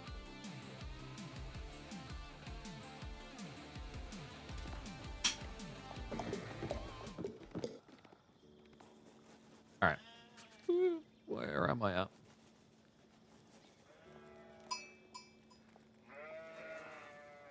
Score between Corvus and B, it was 3-2 in favor of B. It's been years since the 2TC meta. Don't worry, I actually might be back. Order the Dragon versus Abbasis. One and all, welcome to your daily dosage of Age of Empires 4. Third place matchup between MSN and Corvinus. And we've got two civs that surely have got to be thinking about an extra town center here. I won't be so sure. Corvinus is already out in the deer, which doesn't really seem like your standard 2TC play. But the other thought here is that MSN plays the Abbasids very differently to most pro players. If you're not familiar with MSN, he's a big fan of playing into Mass Horseman. And Abbasids was one of his bread and butters. In fact, a lot of people probably became aware of MSN after they watched a certain beast of the AoE4 scene get cheesed out by a siege tower back in the clown car days. I think we all know what I'm talking about. So we'll see if he's got anything cheeky up his sleeve. We've also seen him a lot of times in the past just basically queue horsemen into his TC, stack it up, and then flood out. Like, this is, if you're looking for someone that does mass horsemen in Feudal Age, this is your guy. Thank you, thank you. Feels good to be back. All right. Oh, okay, well, I think we can confirm 2TC, guys. The spawn was too good to resist. So this is going to be a chill early game, I think. Because MSN, I'm looking at his spawn right now. I'm thinking about like where the second TC will go from Corvinus as well. Could just plop on the tree line. Like, this is actually a really good Arhan placement too. Alternative is you put... That's only 5. 5 villages to build a TC is pretty slow. Because I was thinking you could put it out here. But it's really far away. And we already mentioned that this little lad down here likes to play cheeky aggro. See, in 10 minutes when action begins? What are you talking about? We've got military wing. No eco wing. And the Arhan Okay, he goes a bit more defensive than I was expecting, actually. I wonder why. I guess if he feels like he needs farms, this is better this way because you insulate them around. But, you know, there's not really going to be aggro this early on, so you technically could just put it 2 more tiles out. I wonder if that's more paranoia about needing farms here or just instinct. Because anyone who's played Order of the Dragon or originally played HRE will know, typically with this Civ, you're really worried about an Arhan even remotely out of range of the town center. It tends to get punished. Which is hilarious, because I still remember back in the beta of this game, I used to just Arhan wherever there was food. I know, a bit of a stupid idea, but it worked out. I think I only ever got punished once. Now, you're probably going to go, yeah, but KP, if you put a fork into a plug and only get shocked once, that's usually enough to convince you. Nah. Remember, as a child, I touched an iron and got burned, and then went back and was like, I wonder if it's still hot. And yes, this is the third place matchup. So this is Carlos' tournament, a $700 1v1 pro tournament for Conquerors only. We already have Anatand and B on standby in the finals. I believe it's best of 5 grand finals. And then we've got this third place decider, because there's still money involved, right? You still get more money for winning this.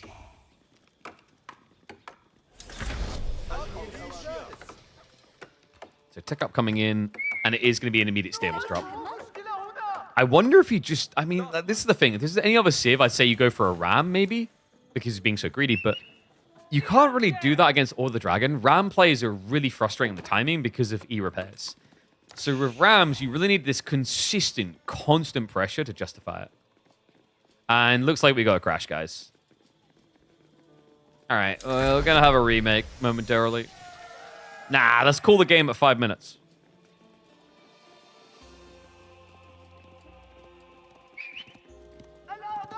We'll just stick with this because basically we'll be able to get back in with them pretty much live. Also, I didn't do predictions, lol, so we'll be able to fix that. Where are my mods these days?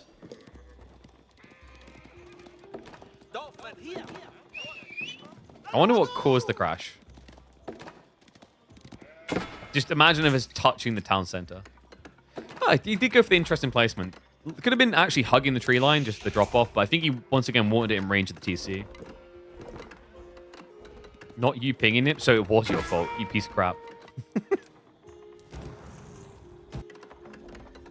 We'll just... There we go, yeah. I don't know, just a random DC then. Alright. Lol.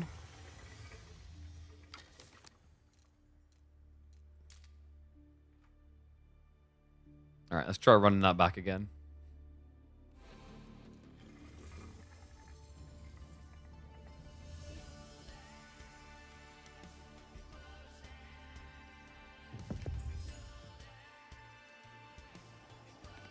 Wait. Nice, we're not crashing again. I was like, don't crash again, don't crash again. Please don't crash again. Oh my god. I forgot I closed the door. This is so hot in here. That horrible humidity of the UK.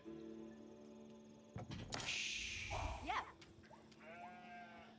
Who said they wanted 2TC meta back? Because this guy is working overtime to bring it to you. Welcome back to the channel, folks. Time for your daily dosage of Age of Empires 4. We've got Corvinus on Order of the Dragon, a lover of 2TC, going up against MSNDK on the Abbasids, a civ that you would assume would 2TC.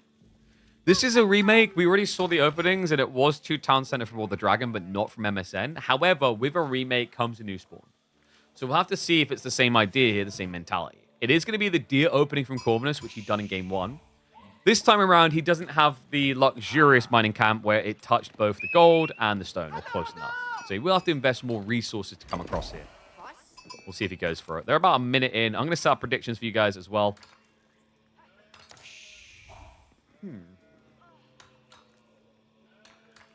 Who's favored here, actually? So, All of the Dragon's very hard to push. The villagers don't die easily, and they also have the ability to save their buildings with emergency repairs. In theory, it should be quite hard for Abbasids to brute force that in the feudal, especially when you consider the quality of All of the Dragon's troops to defend. But what could be interesting here is starvation. if you're able to deny enough resources off the map, which, I mean, Corvinus already off to a bad start there. 10 to 13 on the sheep, so he's behind in that department. And the deer he has started off with, great, but this whole area is where your food is, right? So he has got backup reserves here. The deer over here feels pretty exposed. There is a world in which MSN just circles the base, stops him gathering anything, and forces Corvinus into farms quite quickly. I'll have to see if that comes to fruition, though. Aachen Chapel on the north side. By the time he techs up, there's not going to be much stone left to gather here, is there? So curious why he wouldn't choose this tree line. It's a lot safer. I guess if he's planning to drop the TC here, it's absolutely fine. So we might see a town center at the back here just to block the side. Or, even cooler, it's a little bit further out away from the TC, but this place here secures you additional.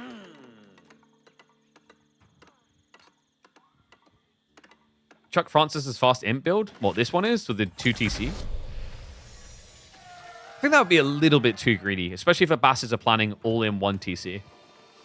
Which it seems like we are getting towards that again. So military wing complete. He's now marching across. Stables coming in.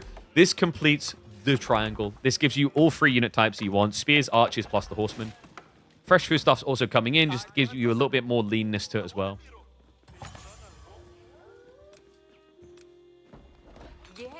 Corv. Could even think about actually walling this backside. The whole goal is if MSN is trying to be on the prowl, you want to make it as hard as possible for him to rotate around. And just small walls like this make it immensely difficult for him to keep up constant rotating pressure.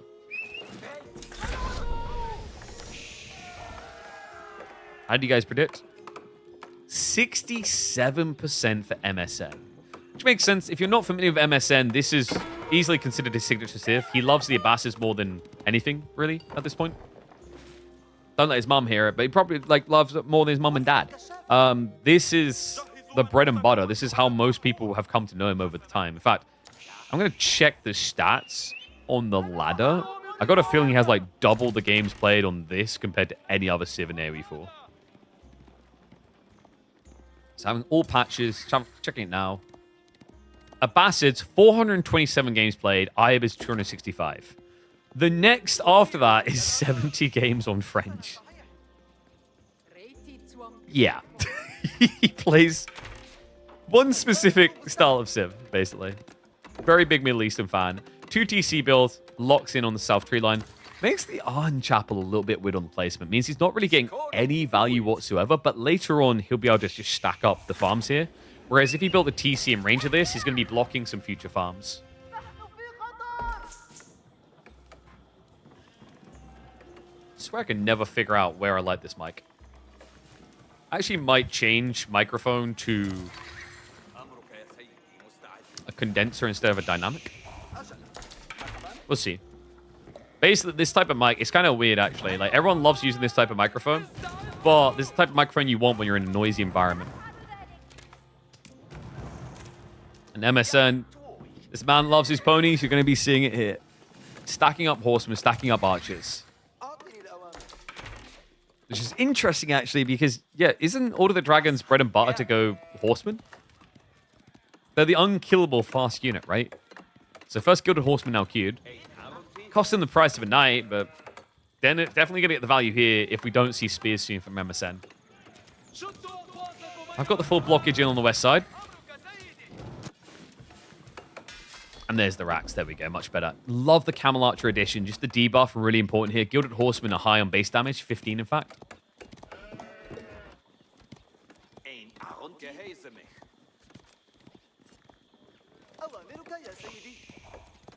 And I think...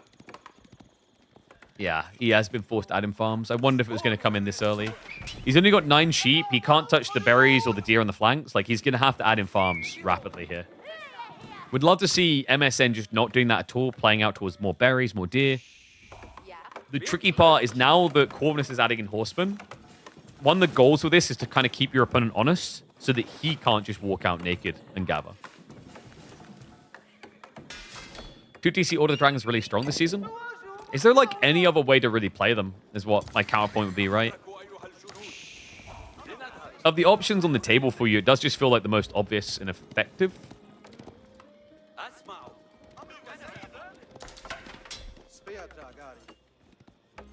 Kind of a tricky spawn now that I think about it from Corvinus' perspective, right? I think last game's had a lot more merit to it. Because remember, last game he had the TCs both connected towards the Arhen, now separated.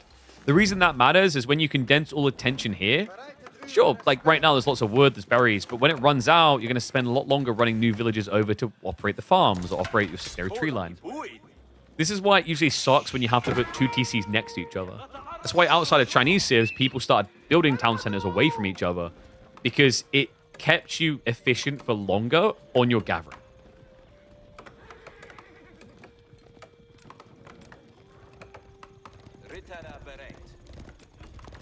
Cool, just stacking up more ponies now. It does have the spin upgrade on the way. Can't MSN just build spears for the win? I mean, you're going to have to be careful about it because, yeah, this can happen archery range. But if Corvin is just stuck like this, it sounds obvious to say spears can just win, but it's to an extreme of the Abbassids. Because they can make their spears tanky out, and they also have the phalanx to attack more easily. Makes them a force to be reckoned with if they just stack up 30 spears. Got this widespread, moving down to the deer from MSN. Going 2TC versus MSN is kind of scary. Sure, but breaking the TC is difficult for him. So his goal is to actually break faces instead of buildings. Because remember, if you try to break buildings, the repairs come in. But even though these are tanky villages, you've got a lot of firepower to lean at them. And also, the way that Corvinus has stacked his base puts everything kind of in one direction. We talked about this tree line here. Like, this is his inherent anchor point, and it's closer to you with the way it spawned. Like, this is, I think, a lot better spawn for MSN, because last time, the tree line was around here, so we had to circulate to the back of the base to do damage. This way, you just hit the front. Good horseman, though. Uh-oh. Didn't see that one coming. Gets himself a worker kill. MSN did have wheelbarrow to get the rest away. Good breathing room here. Just forces more defenses from MSN. Instead of having everything forward, he now has to worry about putting troops to defend the backside. And that's key. Because now, if your opponent's defending there, that gives him less firepower to fight you in your own base. Field arrow is in as well. Additional farms. Wouldn't mind seeing Corvinus just maybe go like double range here. Like, there is a lot of horsemen, yes, but choke point defenses. Usually the benefit there is having a lot of range mass. That's why Malians are considered to be one of the best civs at holding in their base. Because they can build a whole army of 2 unit types that will attack from range. Intercept there, and use that final tap, so denial of vision, and oh no. He's back. It's not about clown carring though, guys. It's about vision, I think. It allows him to see ahead and see round tree lines. Also, it body blocks. God damn it. I thought we were past this. You just can't teach an old dog new tricks. Or in this case, you can't teach an old puppy new tricks. So Siege Tower, the most intimidating Siege Tower you've ever seen in a game of Age of Empires 4. Look at that. He comes in with the Siege Tower, the whole army runs away. Oh no.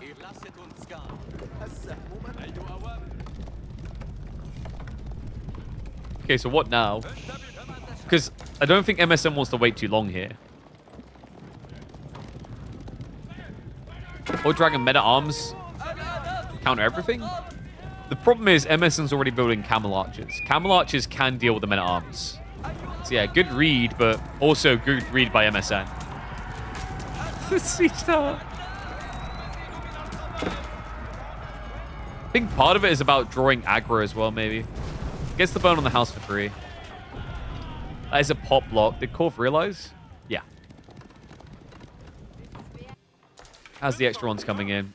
MSN is safe at home is the good news. Like, he's just getting to spread wide because Corvinus is in danger. The army size is very scary here.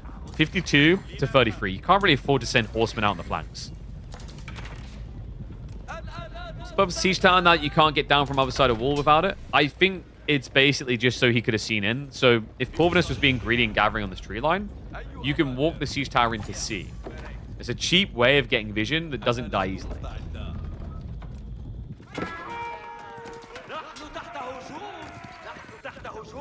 around west side now. I guess maybe he's kind of a little bit worried about the potential for a tech play, but I don't think Corvus can rush a tech from this position. His army's huge. He's going to be circling around the back towards the tree line, but puts him in a dangerous position here. Much harder to get your reinforcements in now that you're going to the west side versus the east. Rax is coming in from Corvinus. It's going to be more men-at-arms. And the horsemen look to move in. Corvinus shifting away. No wheelbarrow for the dragon. Go to horseman in the choke point. Spears are in there, though, and he already has the phalanx, which means he can hide behind his horsemen to double his DPS. Gilded Archer's going for the quick snipes, though. Spears do not last long here. Boot camp keeping them alive just a little bit longer, but the Gilded Horseman is what concerns me. We might have a shivs out moment incoming. Army size still scary. Gilded Archers not high on count. Horsemen are narrowly starting to scrape onto them. Gilded Horsemen are about to fall, but the men-at-arms are now taking their place here. And the shivs are out. Corvinus will push him away with wheelbarrow-less villagers. Come on. They shouldn't be intimidating. Nothing's more intimidating than this. The siege tag is still here. Just the harmless mascot. But look at the aftermath. The military numbers really speak for themselves now. 17 to 53. MSN's already reblowed his count. Corvinus is at half of what he had. This is worrisome. Yeah, I think if Corv had like another minute and a half, the Gilded Archer count would have been a very threatening point.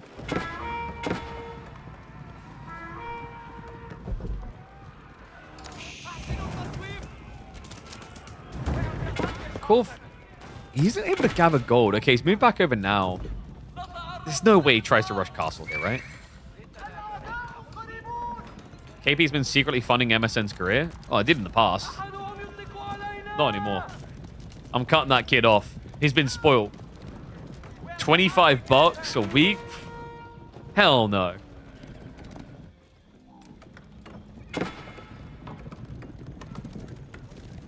Okay, so Corvinus, he's actually got quite a few farms. So I'm not worried about him running out of food. I am worried about how hard wood could be to access in the coming minutes. That siege tower can still sneak in. It's not, but it could, right? Like, I could win the lottery, but I haven't. We'll get a worker kill. Shift over towards the deer. This is actually a good read. MSN has entry. The Gilded Village is not moving away. Spears and Horsemen able to topple them. Oh no, Corvinus. I don't think this is what you want. However, even without textiles, they're holding on. It did just tick in. He just got more tanky. Problem is, he doesn't really have an army to utilize the villagers being tanky. So we'll be a few dead again. More shivs out. Come on, don't do this to us. Gilded Horseman count's looking bad, guys. Corvinus does have the men-at-arms defense starting to come in. But there's so many archers that they can start to get sniped down. I don't understand why you are here still anymore. Go have a coffee break. Oh, God. Is MSN at risk of running out of food? He's on the forward deer now. Back deer's almost tapped. Already took the berries. He is going to run out of food soon. And he doesn't have any farms. He can't go boar either. Dare I say he might have to come over to Corvinus's food? I mean, the destroyed value is actually not that big of a gap. It's only a 1,000 lead for MSN, despite the fact that Corvinus is 2 TC. The army value is, of course, the scary part. But it's more impressive because of that Corvinus hasn't died yet. 2.6k army value versus 6.2. It's about a 2.5 times advantage. The challenge right now for MSN is fishing for opportunities like this.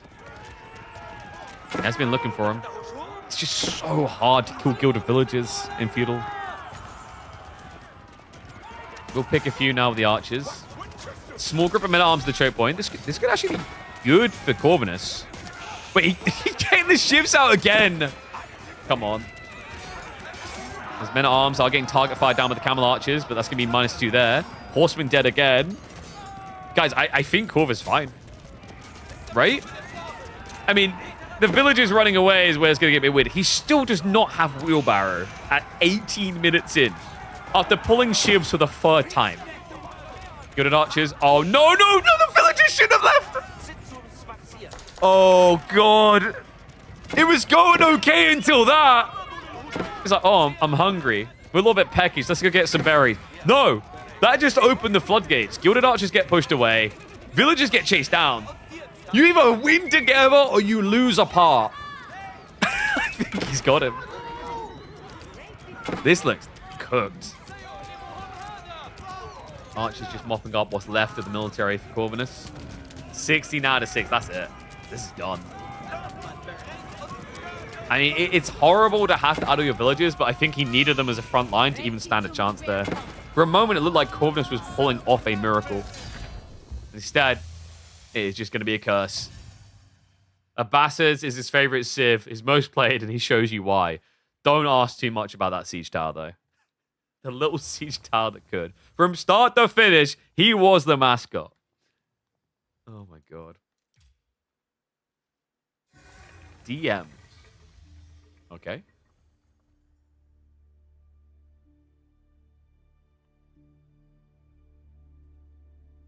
Oh.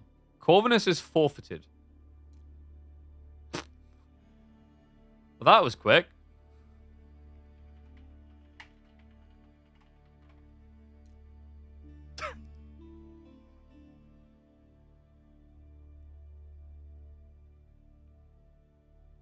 Talked about bad actors and they be foreseen. I mean, I don't need to really comment on it and send like hate squads. People know who the people are that have the problems. Yeah. And honestly, those people are banned here now anyway. They can't talk here ever again. Yeah, so Corv forfeited entirely. But like the lesson I take from that, I mean, I done something stupid, right? And like the thing that I feel like we've talked to the plot in the past. The thing on that is like done a dumb thing. The problem is I gave them this stupid piece of ammo that they shouldn't even been given. And they shot their shot. Well played. You know, have the memory of an elephant, but have the patronage of a nun. I guess is the goal. But yeah, all right. Looks like we need to check if B and Anatan are ready to go. But yeah, remember guys, always our goal is to build, not destroy. Destroying is so much easier. But what's the point? So my goal is just to build something bigger and bigger. B versus Anno. We got the draft. Nothing yet. Yeah, Carlos is checking in with them now. So we'll hang out here, and then when that's ready to go, we can raid across. Hope they're ready. I don't know, I guess maybe Corvinus has something IRL to go do or something. A little bit of a shame it was a forfeit, though. Especially considering like there is more money for third place compared to fourth. Like, you know, there was some money missed out on by tapping out, sadly. Oh no, Frey's back. What do you want? No, you're not playing me slimy. Because it's sticky, and I don't need everything being sticky, though. You can say, right? Say hello to stream for a minute. Hello. Wow, that was really... I just actually have his name, but it's actually slime. Yeah, it's slime. Very sticky, which is why Daddy doesn't want you putting it all over. No. No, I can stick on the wall though. Not my walls. Mummy. You can go talk to Mummy about that. Stick?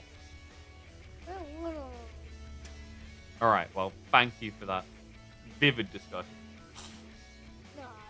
No. You make it much bigger. Not going to go much bigger. It's going to fall apart in a second. Yeah. Why were we so fascinated with slime? Make it much bigger. It is, yeah. Let me get much bigger. You going to play with your brother now? No. No. What's wrong with your brother? Exodus, yeah. Oh, that's right. It's his bedtime. It's your bedtime soon. No, Finn. Yes, it is. get rid of you too. What? What? Get rid of me, nigga. So cute. This is what I'm dealing with, guys. So cute. I said don't put it on there. Sticky. You goof. Say hello, stream. Hello, Trip. Say subscribe to Killer Pigeon. Drive to get up again. Nice. All right, cry up. Let's bring it back together now. You can go play with mummy with it. So you read it?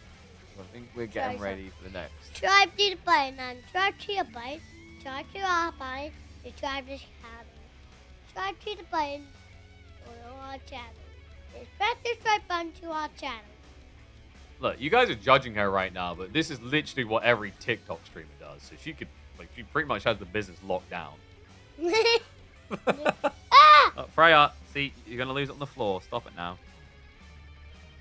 That floor's a little bit dusty. No one goes to bed at 7? She does.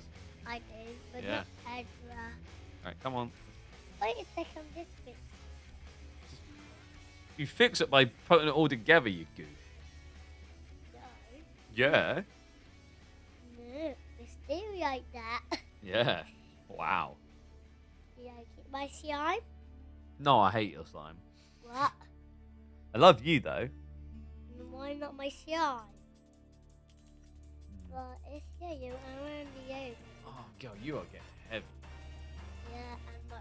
Oh, heavy. Freya, you almost lost it again. Yeah. Right, let's take it inside, because that's the second time you almost dropped it on the ground, and then it gets covered in dust, and then we have to throw it out. Yeah? But I got more play done. Well, it's not Play-Doh, though, it's slime. Ah, Just waiting for an update from the players, by the way, guys. So, fix it. should hopefully have drafts. All right.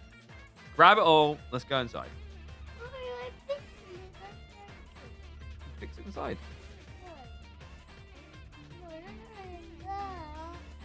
Oh no, you ruined it. Look, it's got multiple angles now. Don't be a drama queen. God, No, you'll be... Just go, go, go. So you just ripped it in two. I ruined it, but you ripped it in two. No, but you actually do it together like that. Yeah, now you can stretch it again. Mate, the amount of drama that comes out of you over nothing, you'd be a great professional football player. I'd be a netball player. Netball player? Rubbish sport. Mommy and me do netball, but not you. No, because I play basketball. It's a real sport. I played. Nanny and me went to the park Did you? on the other side, and I got the ice cream. Were you on the train together? Yeah, we went to train to London Together? together. Nanny did not thought that. Okay, Anna and B are not here, which is a problem. I think they thought they had like another half an hour. Oops. I'm just hearing from Carlos what the plan is. We're not scream on yet. Okay, so Carlos is gonna wait on them to be ready. I guess we can cast a pub game while we wait for the boys to be ready. Which boy? The boys. Which boy? The boys. Which? No boys, you know. No boy. But actually the boy. He is. Yeah, you're the scream. He's mummy and daddy's little boy. Yeah, but he's your son. He is. He's my son. Well done. Anna's ready, but B isn't here right now. Actually, it turned into the swing. Yeah, And that now makes it's sense. Because B's probably eating and having a little bit of time with his kids. Which gives me time with my kids. Daddy, Yeah. I did very much. You miss me.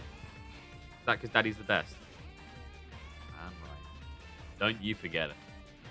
Know where your bread is buttered, yo. So this time Mummy's not the best. Is she not? Oh, well, that's now on the official record. That's recorded on the internet now. But is Mummy the best too? You just said she's not. But is her? That's up to you. That's no. That's definitely up to you. Daddy, no. No, Did she share sweets? What sweets? I didn't get any sweets. no, but we got more sweets for you. Was it from Vortex had some cool games? The other three that we got from Nanny, they're for you. Oh, are they? I'll eat them all. Oh, Vortex's data is there.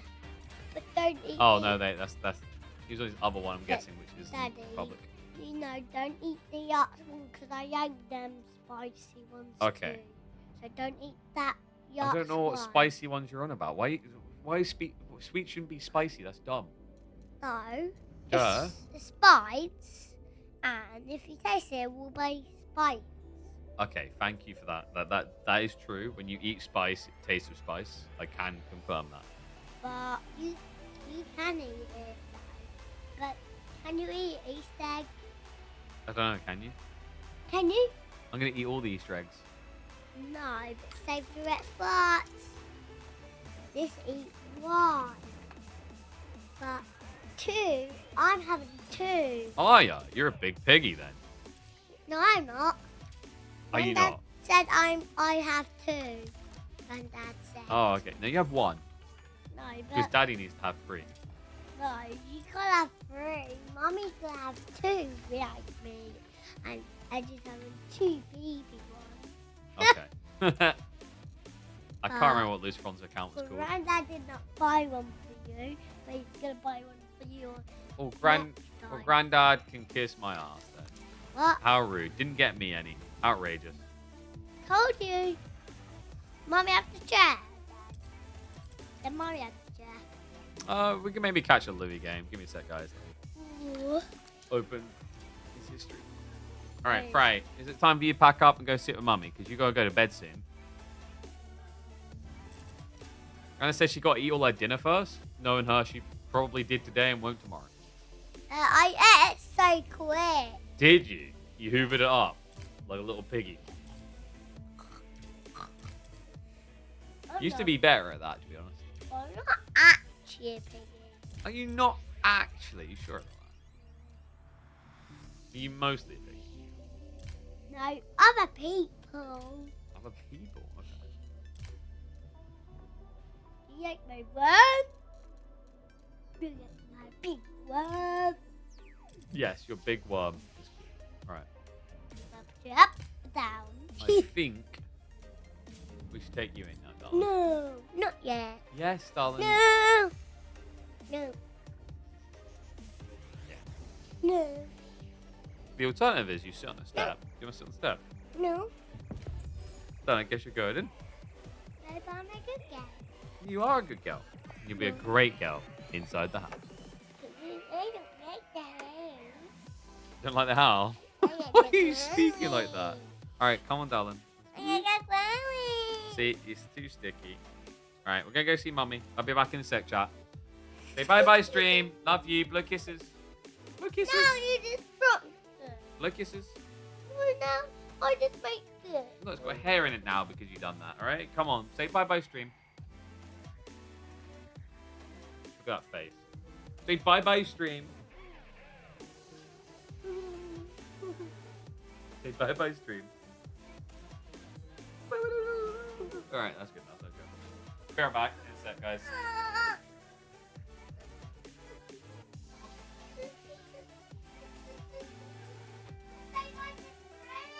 Alright, quick, say bye then.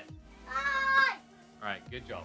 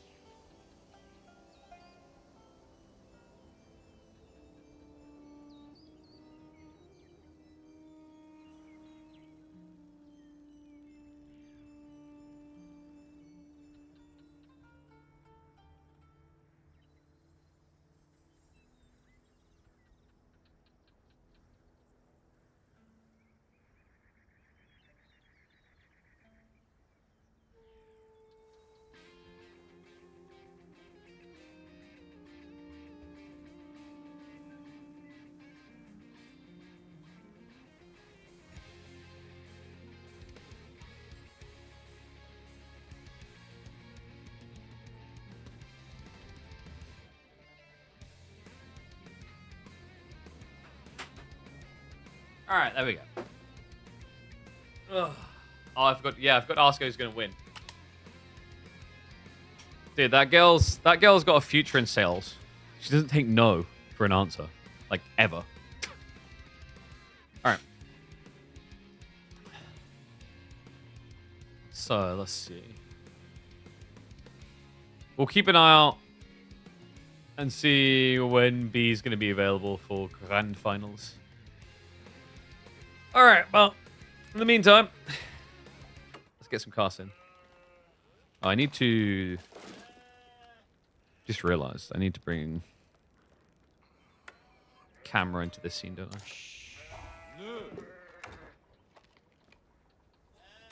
Okay, copy and paste is not working. That's good. Why is copy and paste not working? One sec, guys. Nope, that's the wrong one.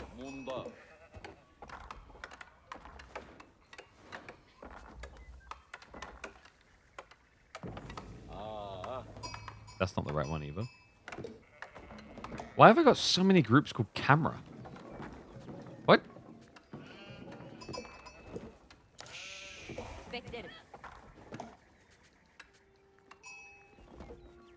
Wait, which one didn't I try? I've even called 2 of them cam.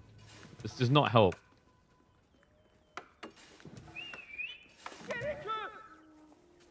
Nope. What?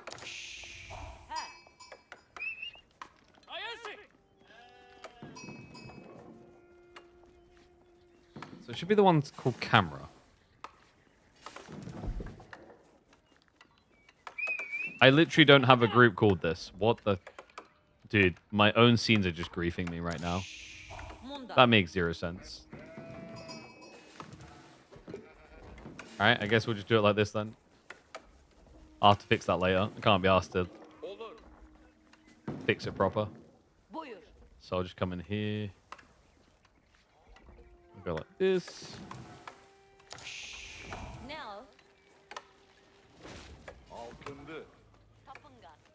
There you go. Got there in the end.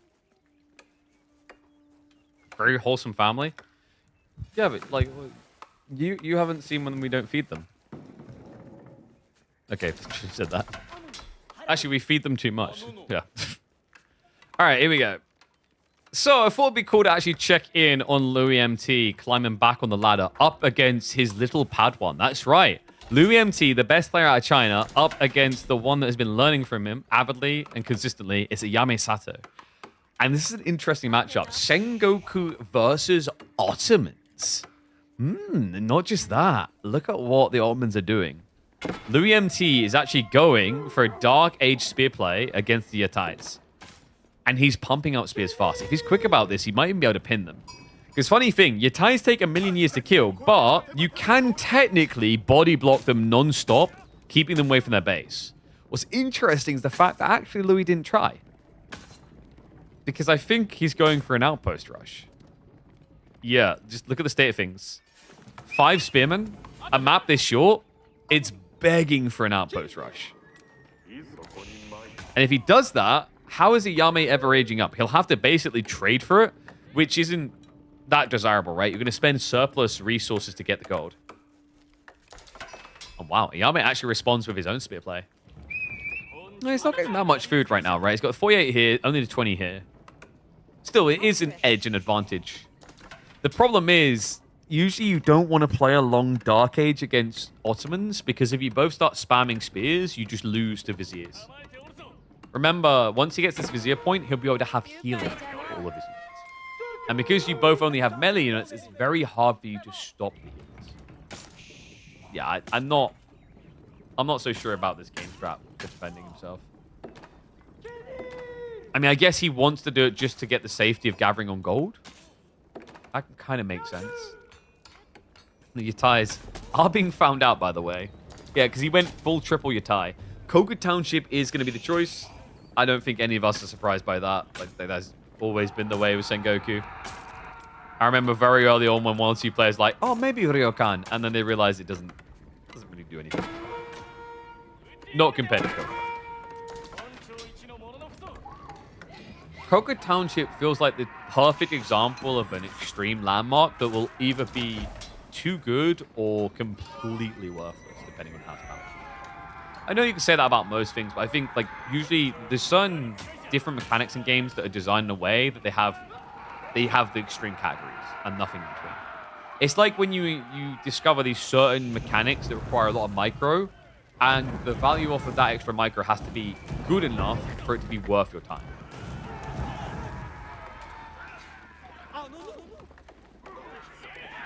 So we're getting close to the Vizier points. Tech ups are happening on both sides, as you did see the Coca coming in. Ryokan is good. Easy. I know they improved the healing, and in theory, like this is the thing, the population in theory is really good, right? You get 6 houses for free off of this thing, so you basically rebate half the cost of the tech. Like compared to Coca, it just can't hold a candle. You know, it's like when you go back a long time and compare Minework and Art. Before Minework got unique techs that are really good in Feudal Castle. Like, well, of course.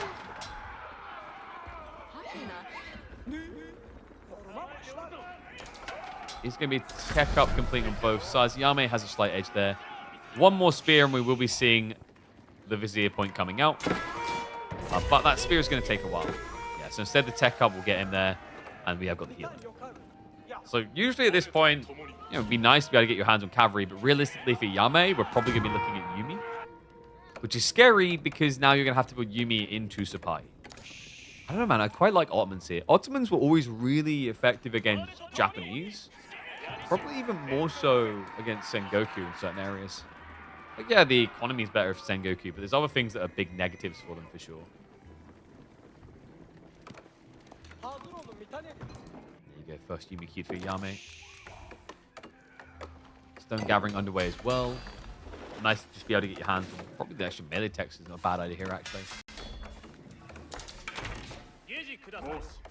Does he go for a fourth Yutai?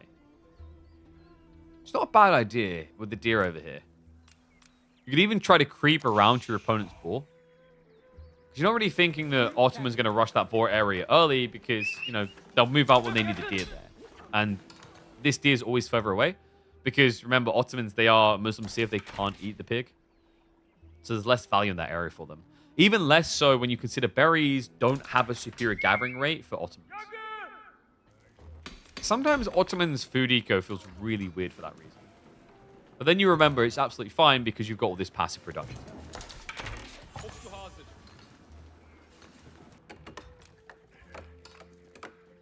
Okay, so Outpost now going to be coming online. Is there a world in which he tries to just rush towards attack? With Fort Gold, it's difficult and quite predictable, is the problem. And Ottomans are just such a good civ at pushing in feudal, you know they're not going to let you have this for free. It's crazy to think that once upon a time, we thought of Ottomans as an imp booming civ and nothing else. How the tides have turned. Yeah, now it feels like one of the most aggressive feudal civs of the game.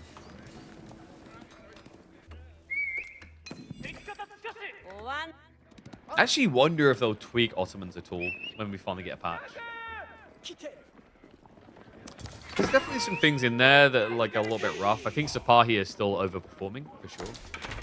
But a big part of what enables that is actually the Vizier point that gives you monks. So there's different approaches you can take.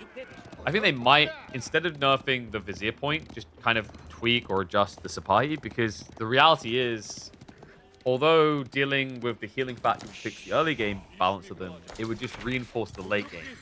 Because the late game, when you get to the ultra late game with Sapahi, they still are the absolute beast of Age of Empires 4's light cap.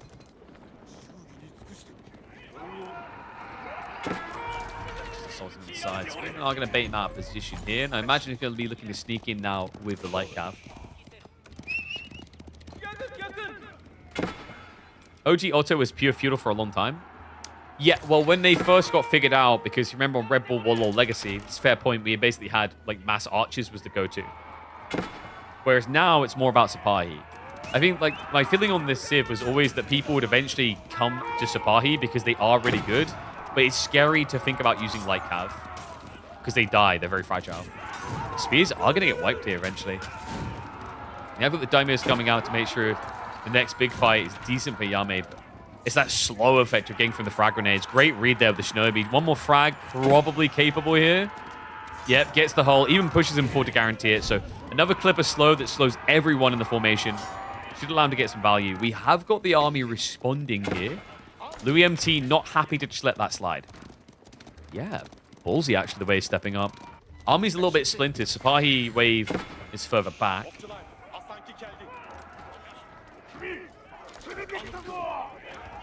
A buff to Sipahi armor, lower income, increased reach, add effect. Yeah, no, that sounds reasonable. They must have hired some new Turkish developers.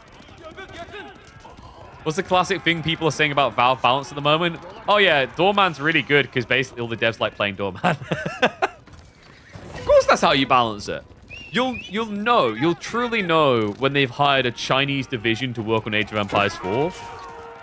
When China and Shushi are just like top of the pack. Oh, wait, hold on a sec. Clash coming in. We have got the ranged armor here, which makes a lot of sense. Yumi, very low base damage. Just gives him time to break through the spears. Actually looking pretty good here. The second wave is concerning, but it's just more Yumi. Relax. Take it easy. Because the reality is, if he just rushes into ranged armor, which he already has, 2 ranged armor means these Yumi are tickling for 3 damage. So yeah, at this point, the only real DPS is the one Daimyo. And he's about to struggle. Sipahi turn onto him. So gets rid of the attack speed aura. Archers will look to snipe out the spears, enabling Sipahi. Remember, if the spears are dead, it's munch time. And here we go. 4-2 gets activated. Louis MT with immediate bite back. And it's going to be a full denial of Ayame's forces. And worse still, look at the macro. Ayame has been so fixated on this fight, he's overgathered wood in a big way.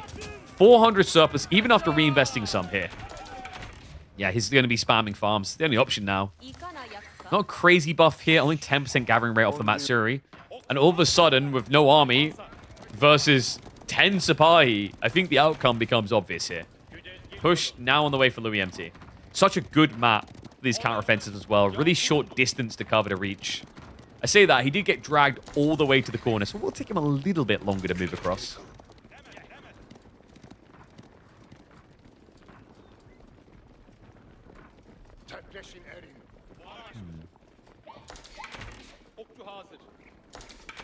Just keeping an eye out for our grand final set.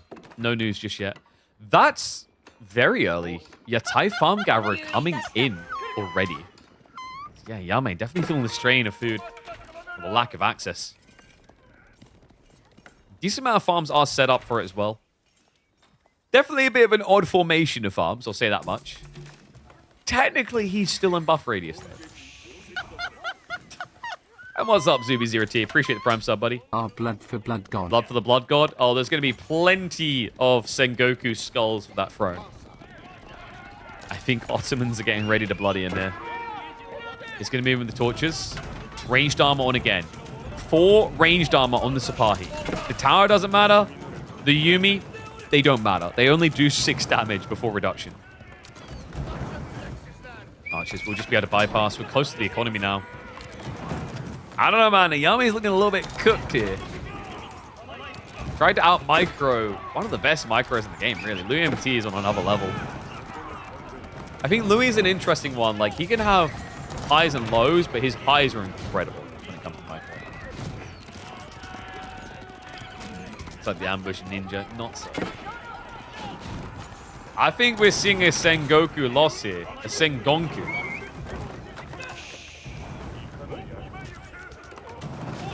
Getting sniped as well. Wait, what? What? That is the traders, right? Showing up there. Why is it showing 4 traders when he's got 3 Yatai? What? Nice UI, Lamau? I don't know, dog. I'm starting to think this Casper overlay update wasn't everything it was being chalked up to be. Trays don't... No, I don't think the trays disappear. So what, you can just keep accruing numbers because of your ties? Alright, well, I guess that'll probably get fixed in like a year. Give him some time.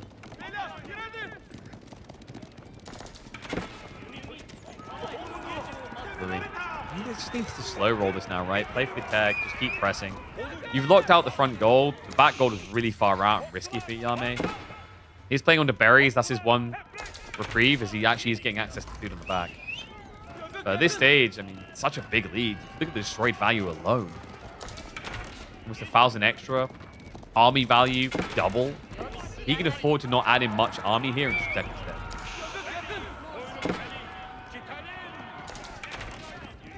Love the new UI. Yeah, I agree. Relic count should be more obvious. I also don't like the position of the sheep counter. But that's due to my own overlay, personal bias.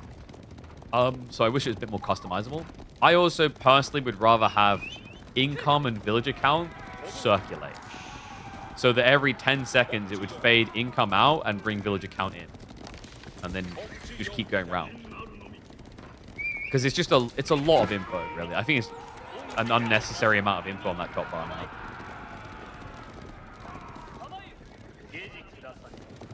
This is why, like, you know, so you ever played like games like Perfect Souls or Diablo, whatever, and you get those systems where it just has this giant text wall, and you don't even know what means what. It's very hard to follow.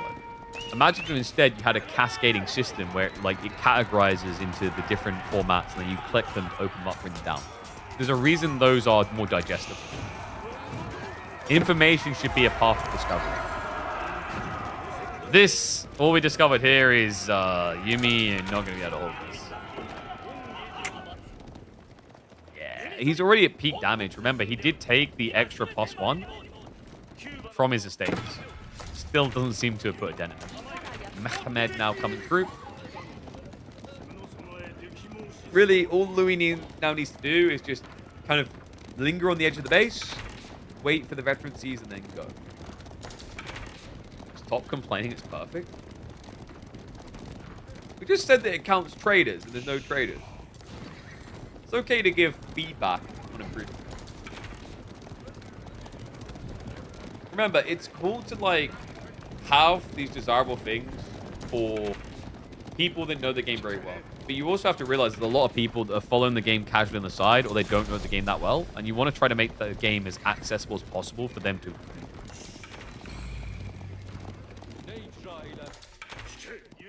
Hard to watch equal no watch. Maybe trying to be a developer? I mean, I literally have 2 years of professional experience as a developer, plus another 2.5 in education. So, like, yeah, I know a little bit about development.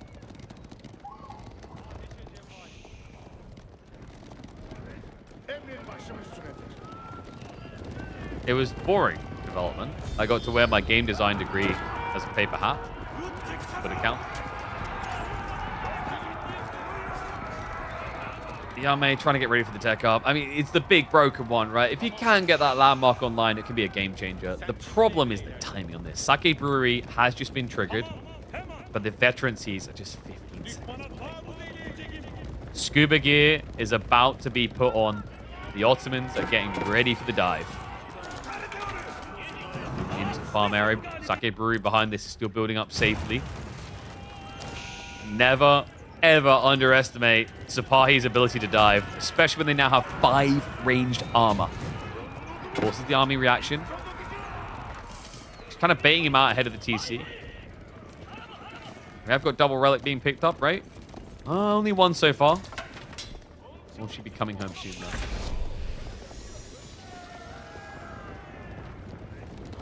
Sake Brewery is hilariously OP. I've been kind of saying it for like a long time as well. I'm surprised it still hasn't got nerf.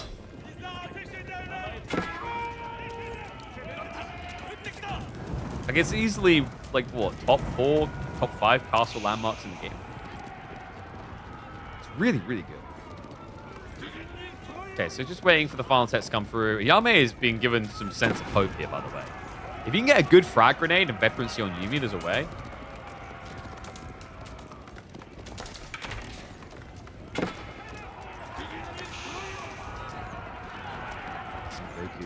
Not much of a front line is my real chief concern here. Has got farms, but we always have to remember he can get more knights out. A little bit of risk here on the flanks of the ball. Is it though? You don't think that Sake Brewery is a top 5 castle Asian landmark in the game?